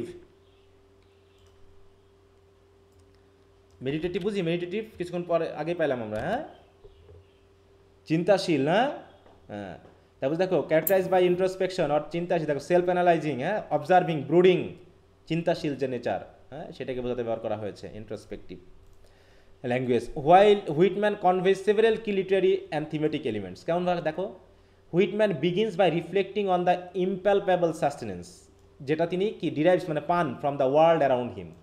This sustenance is not just physical but also spiritual and emotional, হ্যাঁ, যেটা শুধুমাত্র physical নয়, spiritual এবং emotional সাস্টেনেন্সও আছে। কারণ আমরা কি যখন প্রকৃতির দিকে তাকাই আমরা একজনের শান্তি স্বস্তি বোধ করি, তাই না?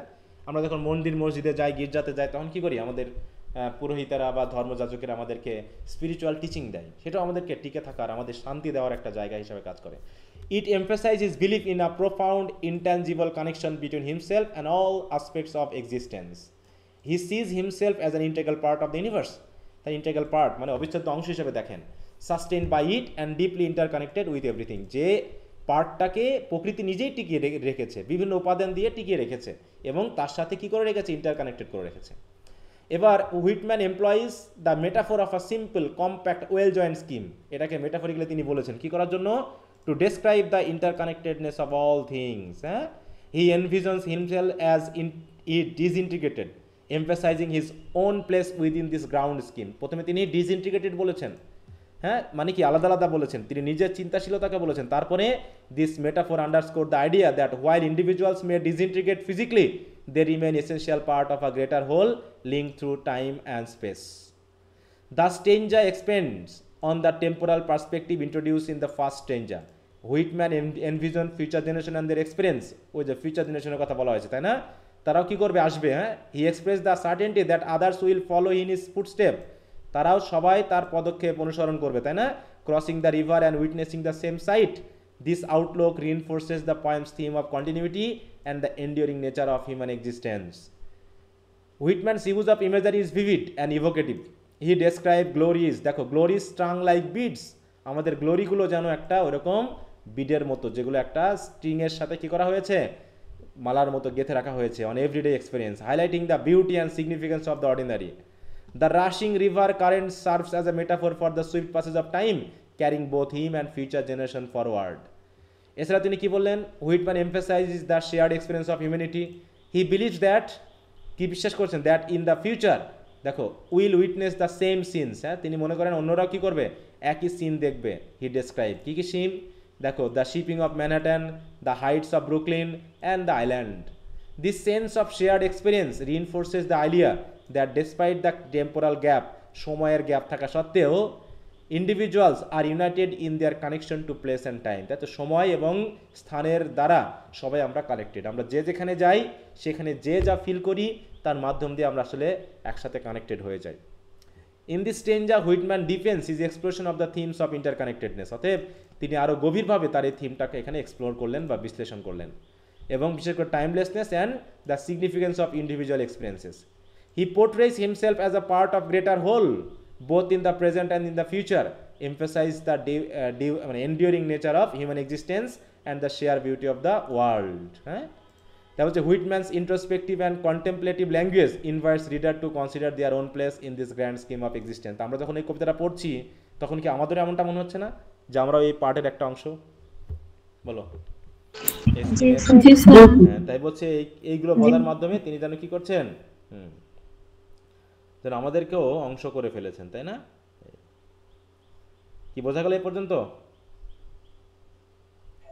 জি স্যার। হ্যাঁ, কারো কোনো সমস্যা আছে? না স্যার। জি না স্যার। আচ্ছা,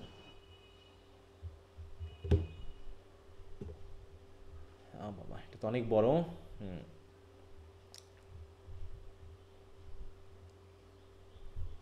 দেখি আমরা কিছুটা আগাই নিই। সুতরাং এত কিছুর পর পয়েন্ট বলছেন কি, ইট অ্যাভেলস নট টাইম আর প্লেস, ডিস্টেন্স অ্যাভেলস নট। অতএব সময় হোক, স্থান হোক বা আমাদের মধ্যে যে দূরত্ব হোক, কোনো কিছুই আমাদের মধ্যে কি করে না, পার্থক্য তৈরি করতে পারে না। হ্যাঁ, তাই বলছি। দেখো এটা দিয়ে কি বলা হচ্ছে যে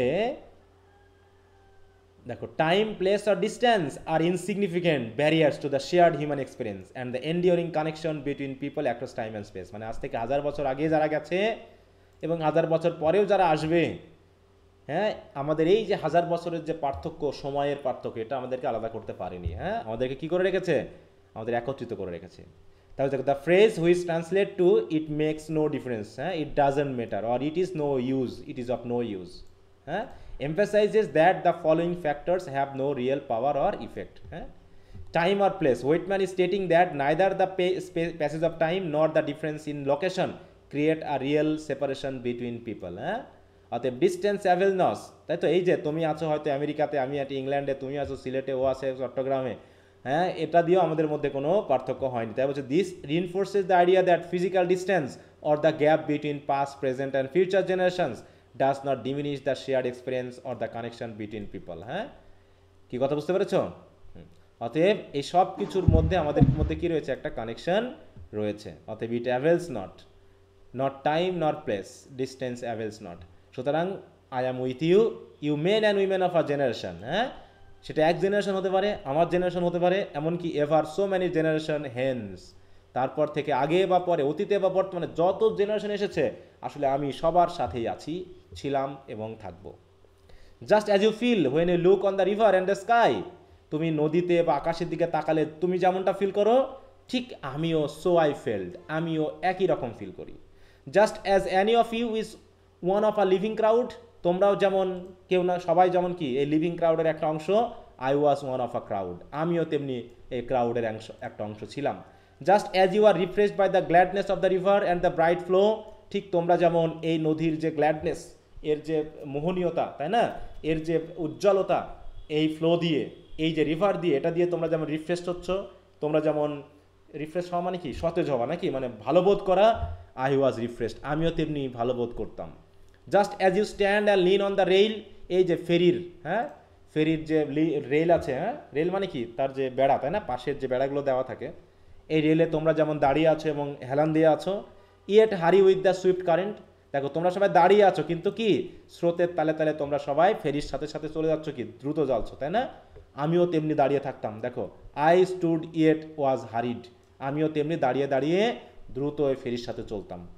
just as you look on the numberless mast of the ships, এই যে তোমরা যেমন নদীতে নাম্বারলেস মাস্ট মানে কি, অসংখ্য অগণিত যে মানে কি বলো মাস্তুল দেখতেছো জাহাজের, তাই তো, এবং the thick steam pipes of steam boats, এবং এই যে বাষ্পচালিত যে নৌকাগুলো, তাই তো, এই নৌকার যে থিক স্টিম বা পাইপ তোমরা দেখতেছো উপরের দিকে উঠে আছে, সেগুলো যেমন তোমরা দেখতেছো, ওগুলো আমিও দেখেছিলাম এক সময়। তাহলে তুমি দেখতেছো, তোমরা দেখবা, আমিও দেখেছিলাম। অতএব সেই দিক থেকে আমরা সবাই এক, ঠিক আছে। অনেক সময় এরকম হয় না, বাংলা সিনেমাতে হয়তো দেখা যাচ্ছে নায়ক বা নায়িকা, মনে করো চাঁদনি রাত, চাঁদ উঠেছে, এখন নায়কের কথা মনে পড়েছে বা নায়কের কথা মনে পড়েছে, তখন তারা কি করে, অনেক সময় বলে তুমি একটু বাইরে আসো, বাইরে এসে ওই চাঁদের দিকে তাকাও। তাহলে আমিও চাঁদের দিকে তাকাই, তুমিও চাঁদের দিকে তাকাও, দিয়ে কি কি হবে, আমরা দুইজনকে কি করতে পারবো, চাঁদের মাধ্যমে দেখতে পারবো, নাকি এরকম হয় না?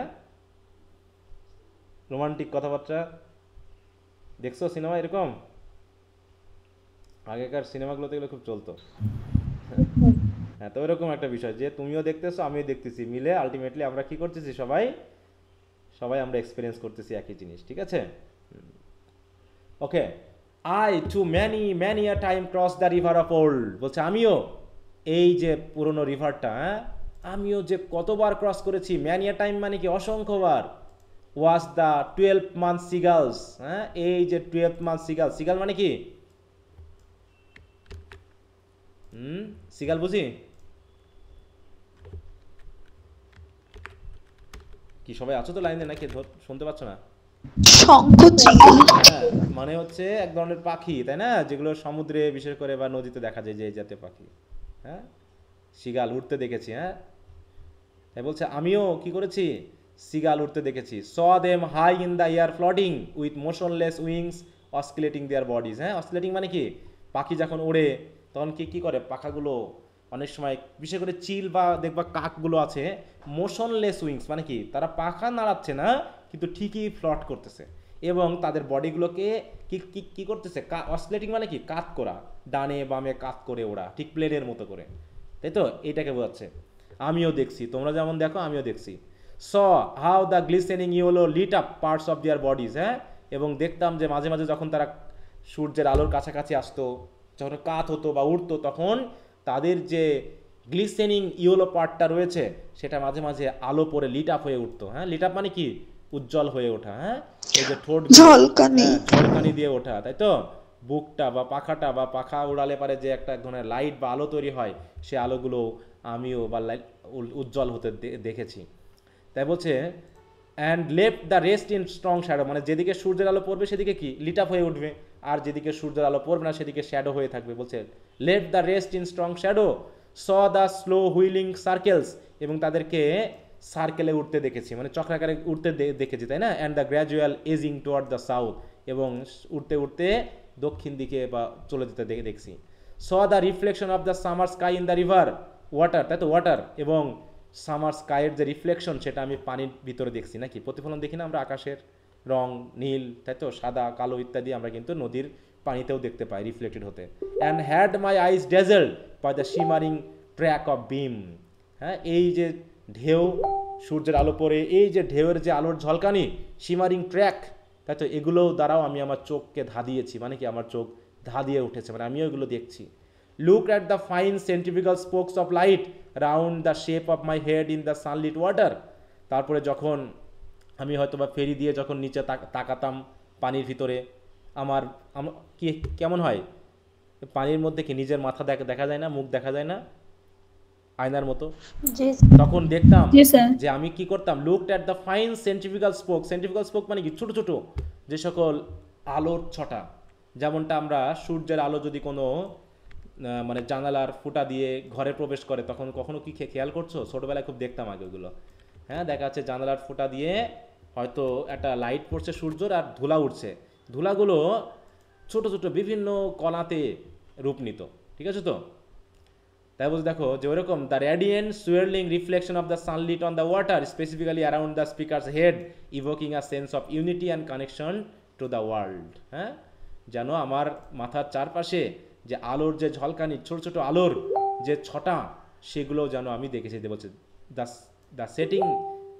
The setting is a sunny day with the water acting as a mirror for the light. হ্যাঁ, মিররের মতো আমার ইমেজটা দেখা যাচ্ছে, এবং আমি আমার মাথার আশেপাশে কত আলো দেখতে পেতাম। হ্যাঁ, দেখো centrifugal spoke of light can be interpreted as a hello.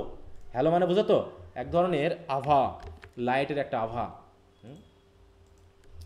দেখো দেখবা যে বিভিন্ন ছবির পিছনে এক ধরনের আলো দেওয়া থাকে, যেটা, হ্যাঁ, এই যে এই ধরনের একটা আভা। হ্যাঁ, এই ধরনের দেখো একটা আভা, এটাকে হচ্ছে হ্যালো। এই ধরনের লাইট হয়তো আমি আমার মাথার চারপাশে দেখতে পেতাম, ঠিক আছে? তারপর হচ্ছে দেখো looked at the fine centrifugal spokes of light round the shape of my head in the sunlit water. আরও কি করতাম, looked on the haze on the hills southward and south westward. Haze মানে কি? আবছা দেখা যাচ্ছে ওই দূরের পাহাড় না, সেটা দক্ষিণ সাইডে হোক বা দক্ষিণ পশ্চিম সাইডে হোক, যে পাহাড় রয়েছে সেগুলো looked on the haze, looked on the vapour, এছাড়াও ভ্যাপর দেখতে পারতাম, বাষ্প দেখতে পারতাম কোথায়, as it flew in fleeces tinged with violet, হ্যাঁ ভায়োলেট কালারের ভেড়ার লোমের মতো ফ্লেস নিয়ে যখন ওগুলো উঠতো। Look toward the lower bay to notice the vessels arriving, এবং এই নদীর নিচে, তাই তো পাশে যে বেটা রয়েছে, উপসাগর রয়েছে, সেখানেও যে বিশাল বিশাল জাহাজ, মালবাহী জাহাজগুলো পৌঁছাচ্ছে, হ্যাঁ দেখতাম তাদেরকে, স দিয়ার অ্যাপ্রোচ, তাদেরকে পৌঁছাতে দেখতাম, saw aboard those that were near me, হ্যাঁ যেগুলো আমার আশেপাশে রয়েছে সেগুলোকেও আমি দেখতাম। Saw the white sails of schooner and sloops, দেখো স্কুনার অ্যান্ড স্লুপস কি এক ধরনের নৌকা, তাই না, ছোটো ছোটো। দেখো এখানে অনেক বিষয় জানানো হয়েছে, এই যে এই জাতীয় নৌকাগুলোকে বোঝায়, হ্যাঁ স্কুনার অ্যান্ড স্লুপ, তা এই জাতীয় জাহাজগুলোকেও আমি কি করছি, দেখেছি। Saw the ships at anchor, এমনকি মাছ নোঙ্গর করা যে জাহাজ যেগুলো দাঁড়িয়ে আছে সেগুলোও দেখছি। এমনকি the sailors at work in the rigging or outside the spars, জাহাজের রিগিং মানে বুঝো তো, তা সেলারদেরকে দেখছি কাজ করতে, কোথায়, দেখো রিগিং জাহাজের কোন অংশটাকে বোঝায়, রিগিং অফ আ শিপ,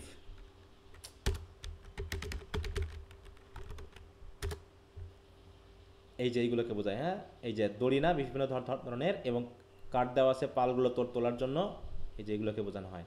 তাদেরকে আমি দেখছি কি করতে, কাজ করতে। এবং আউট অ্যাস্ট্রিট দ্য স্পার্স মানে কি, বারগুলোকে বোঝায়, বড় বারগুলোকে বোঝায়, ঠিক আছে। দেখো এই যে বারগুলোকে বোঝায়, ঠিক আছে, তো এই যে এইগুলোকে, এই যে, তো এখানে আমি কি করছি, অ্যাস্ট্রাইড মানে দুই পা দিয়ে রাখা, গাছে উঠলে যেমন আমরা গাছে চড়লে বা ঘোড়ায় চড়লে কি করি, বা গাড়িতে চড়লে ঘোড়া মানে গরুর গাড়িতে বা গরুতে চড়লে আমরা দুই পা দুই দিকে দিয়ে দিই, এটা হলো অ্যাস্ট্রাইডভাবে বসে থাকা। এছাড়াও কি দেখছি, the round must, the swinging motion of the হাল অ্যান্ড দ্য স্লিন্ডার সার্পেন্টাইন পেন্যান্ট। দেখ হাল মানে বুঝো তো, জাহাজের কোন পার্টটাকে বোঝায় হাল বলতে, এখানে অনেকগুলো মিনিং আছে। হাল মানে এই যে এই অংশটুকু, ঠিক আছে, তো এই যে অংশটুকু নিচের এই যে এই জায়গাগুলোকে বোঝায়, হ্যাঁ এই যে এই জায়গাগুলোকে বোঝায়, পার্টগুলোকে, হ্যাঁ হাল অফ আ শিপ, হাল, এই যে এগুলোকে বোঝায়। এই জাহাজগুলোকে, হালগুলোকে কি মোশন করতে দেখছি, হ্যাঁ সুইঙ্গিং মোশন অফ দ্য হাল, দ্য স্লেন্ডার সার্পেন্টাইন মানে কি, সাপের মতো, পেন্যান্ট কি, দেখো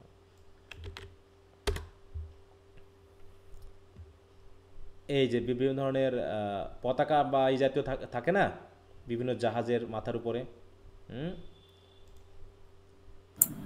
যেগুলো উড়ে, সাপের মতো করে উড়ে, হ্যাঁ দেখো এই যে ন্যারো ট্যাপারিং ফ্ল্যাগ, পেন্যান্ট মানে হচ্ছে ন্যারো ট্যাপারিং ফ্ল্যাগ, বিভিন্ন দেশের নির্দেশ করতে ব্যবহার করা হয়। তো সেই ফ্ল্যাগগুলো বাতাসে যখন উড়ে সাপের মতো করে, হ্যাঁ এই যে দেখো এই যে সাপের মতো করে দুলছে উড়ছে, সেটাও আমি দেখেছি, হ্যাঁ তাই বলছে এই যে এই জাতীয় ফ্ল্যাগগুলো চিকন হবে এবং জাহাজে থাকবে, এই যে দেখো এই যে দেওয়া, হ্যাঁ এই যে দেখো এই জাতীয় তিন কোনা টাইপের।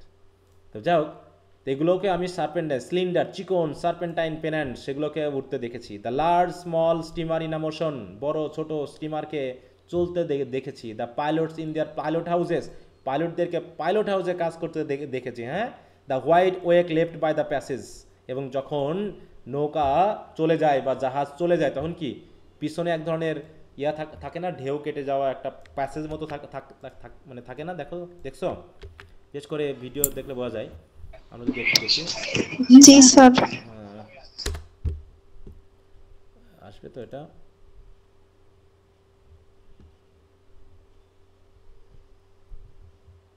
আচ্ছা ওটা হয়তো আসছে না, আমরা যদি একটু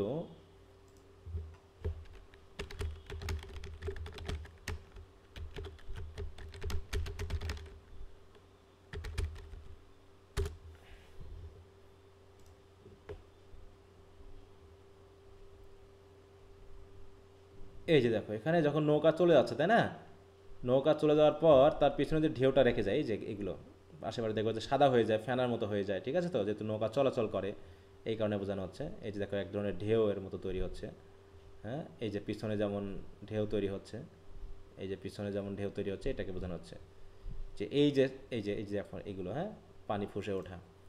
বলছে এই যে the white wake left by the passage and the quick tremulous whirls of the wheels, এবং জাহাজ যখন চলে তখন তো একটা হুইল ঘুরে, তাই না? ওই হুইলটাকে ঘুরতেও দেখেছি, মানে তিনি সব দেখছেন, মানে যা কিছু দেখছেন তাই বলছেন। হ্যাঁ, the flags of all nations, the falling of them at sunset, হ্যাঁ, সকল জাতির ফ্ল্যাগ দেখেছি উঠতে। ফলিং অফ দেম অ্যাট যেগুলোকে সানসেটের সাথে সাথে নিচে নামিয়ে ফেলা হয়, ফলিং মানে কি, তাদেরকে নামিয়ে ফেলা দেখেছি।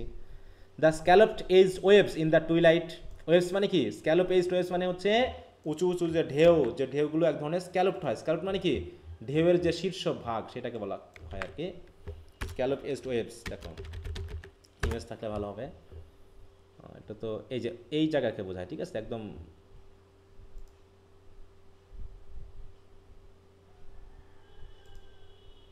দেখো having an edge consisting of a row of curves থাকে, তাই না? ঢেউয়ের এক ধরনের কার্ভিং থাকে, তাই না? ওয়েভস ইন দ্য রিভার, মানে পুরোটা আসতেছে না।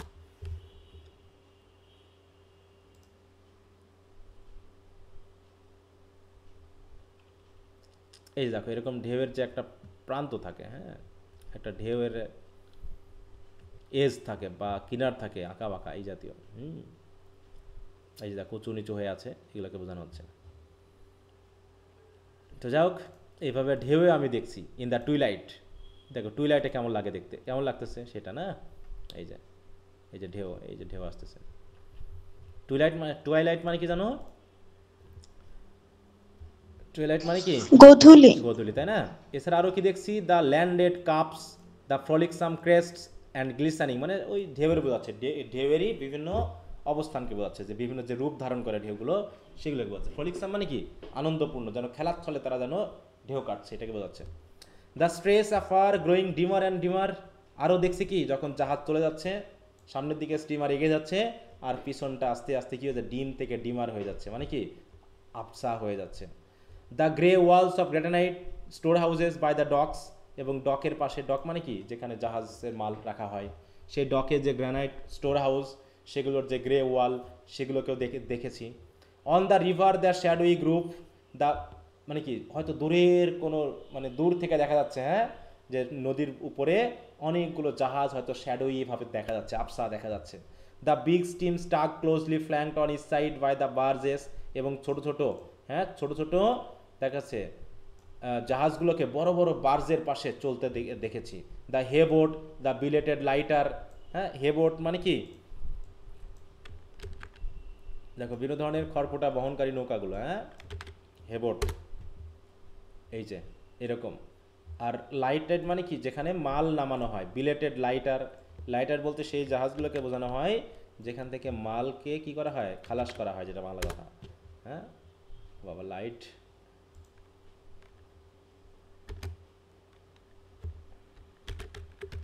বোট না দিলে আবার লাইট বুঝতেছে, এই যে এইগুলো, হ্যাঁ, যেখানেতে মাল নেই আর কি, হ্যাঁ। দেখো a flat bottom shallow draft barge used for transferring goods and passenger to and from ship specially in the ports where larger vessel cannot dock, যেখানে বড় বড় ডকে আনা যায় না বড় বড় জাহাজগুলোকে, তখন এই ধরনের জাহাজ দিয়ে কী করা হয়, লাইটের অপারেশনগুলো করানো হয়, তাই বলছে লাইটার বলা হয়। On the neighbouring shore the fires from the foundry chimney burning high and glaring into the night, আর ওই যে পাড়ে, হ্যাঁ, নদীর পাড়ে শোরে যে সকল চিমনিগুলো রয়েছে, সেই চিমনি দিয়ে, হ্যাঁ, হাই অ্যান্ড গ্ল্যারিংলি ধোঁয়া দেখতে বা আগুন উঠতে দেখেছি, হ্যাঁ, এরকম আর কি। Casting their flicker of black contrasted with red and yellow light over the tops of houses and down into the clefts of street, তার মানে চাঁদের আলো হতে পারে যে রাস্তার পাশে যে সকল লাইট থাকে, তাই না, ল্যাম্প থাকে, সেগুলোর আলোর বিপরীতে এই যে চিমনি থেকে আসা যে সকল ফায়ার, সেগুলোকে আমি ফ্লিকারিং কাস্ট করতে দেখছি, মানে কি আলোক ছটা ছড়িয়ে দিতে দেখছি চারিপাশে, হ্যাঁ। তাই casting their flicker of black contrasted with red and yellow light, তাহলে ওদিকে রয়েছে রেড অ্যান্ড ইয়েলো লাইট, আর এদিকে রয়েছে চিমনি থেকে উঠে আসা কালো ধোঁয়া, তাই তো, সেই কালো ধোঁয়ার কন্ট্রাস্টিংয়ে আমি দেখছি তাদেরকে দেখতে কেমন লাগে। মানে মূল কথা হলো এগুলো এক ধরনের এক্সপিরিয়েন্স, যেটা তিনি আজকে এক্সপিরিয়েন্স করছেন, ভবিষ্যতেও যারা আসবে তারাও করবে, এবং অনেকে যারা অতীতে এসেছিল তারাও হয়তো একই ধরনের এক্সপিরিয়েন্স অর্জন করেছিল এই ফেরিতে দাঁড়িয়ে দাঁড়িয়ে। কি সবাই বুঝতে পেরেছো? জি স্যার। জি স্যার। আচ্ছা, তাহলে তোমাদের কাজ হলো এই থার্ড স্টেঞ্জার যে আমরা পড়লাম, এই থার্ড স্টেঞ্জার ক্রিটিক্যাল অ্যানালাইসিসটা তোমরা একটু নিজেরা পড়ে নিবা, ঠিক আছে? আর যদি সম্ভব হয় ফোর্থ স্টেঞ্জারটা খুবই ছোট ছোট বড় বিভিন্ন স্টেঞ্জার দিয়ে আছে, ফোর্থ এবং ফিফথ স্টেঞ্জার, এই দুটো স্টেঞ্জার তোমরা ক্রিটিক্যাল অ্যানালাইসিস সহ একটু বাসায় করে ফেলবা, মনে থাকবে? কবিতাটা খুব একটা কঠিন না, ঠিক আছে? তো কঠিন না, জি একটু স্যার। আমরা বুঝি, একটু স্যার। ওয়ার্ডগুলো গুগলে সার্চ দিয়ে দেখে নিবা যে আসলে কি বোঝানো হচ্ছে। আশা করি আগামীকালকে আমরা শেষ করে ফেলবো, ঠিক আছে? কারণ তারপর ছোট ছোট স্টেঞ্জা আছে কিছু, কারণ এই এই থার্ড স্টেঞ্জারটাই সবচেয়ে বড় ছিল। থার্ড আর এদিকে হচ্ছে আমাদের, দেখো এই যে একটা আছে 9, তাছাড়া আর বড় কোনো স্টেঞ্জা নাই। তো আমরা 3 পর্যন্ত পড়লাম, তোমরা 5 পর্যন্ত শেষ করবা, ঠিক আছে তো? তারপরে 6 থেকে 9 জি স্যার। পর্যন্ত যে 4টা হবে আমি শেষ করে দিব। আচ্ছা, তো এই পর্যন্ত কারো কোনো কিছু বলার আছে? না স্যার। যদি না থাকে তো ভালো, পড়তে থাকো, আর কোনো সমস্যা হলে আগামী ক্লাসে জিজ্ঞাসা করবা, ঠিক আছে? জি স্যার। ওকে ওকে, তো তাহলে সবাই ভালো থাকো, ওকে বাই। আসসালামু আলাইকুম স্যার। আসসালাম।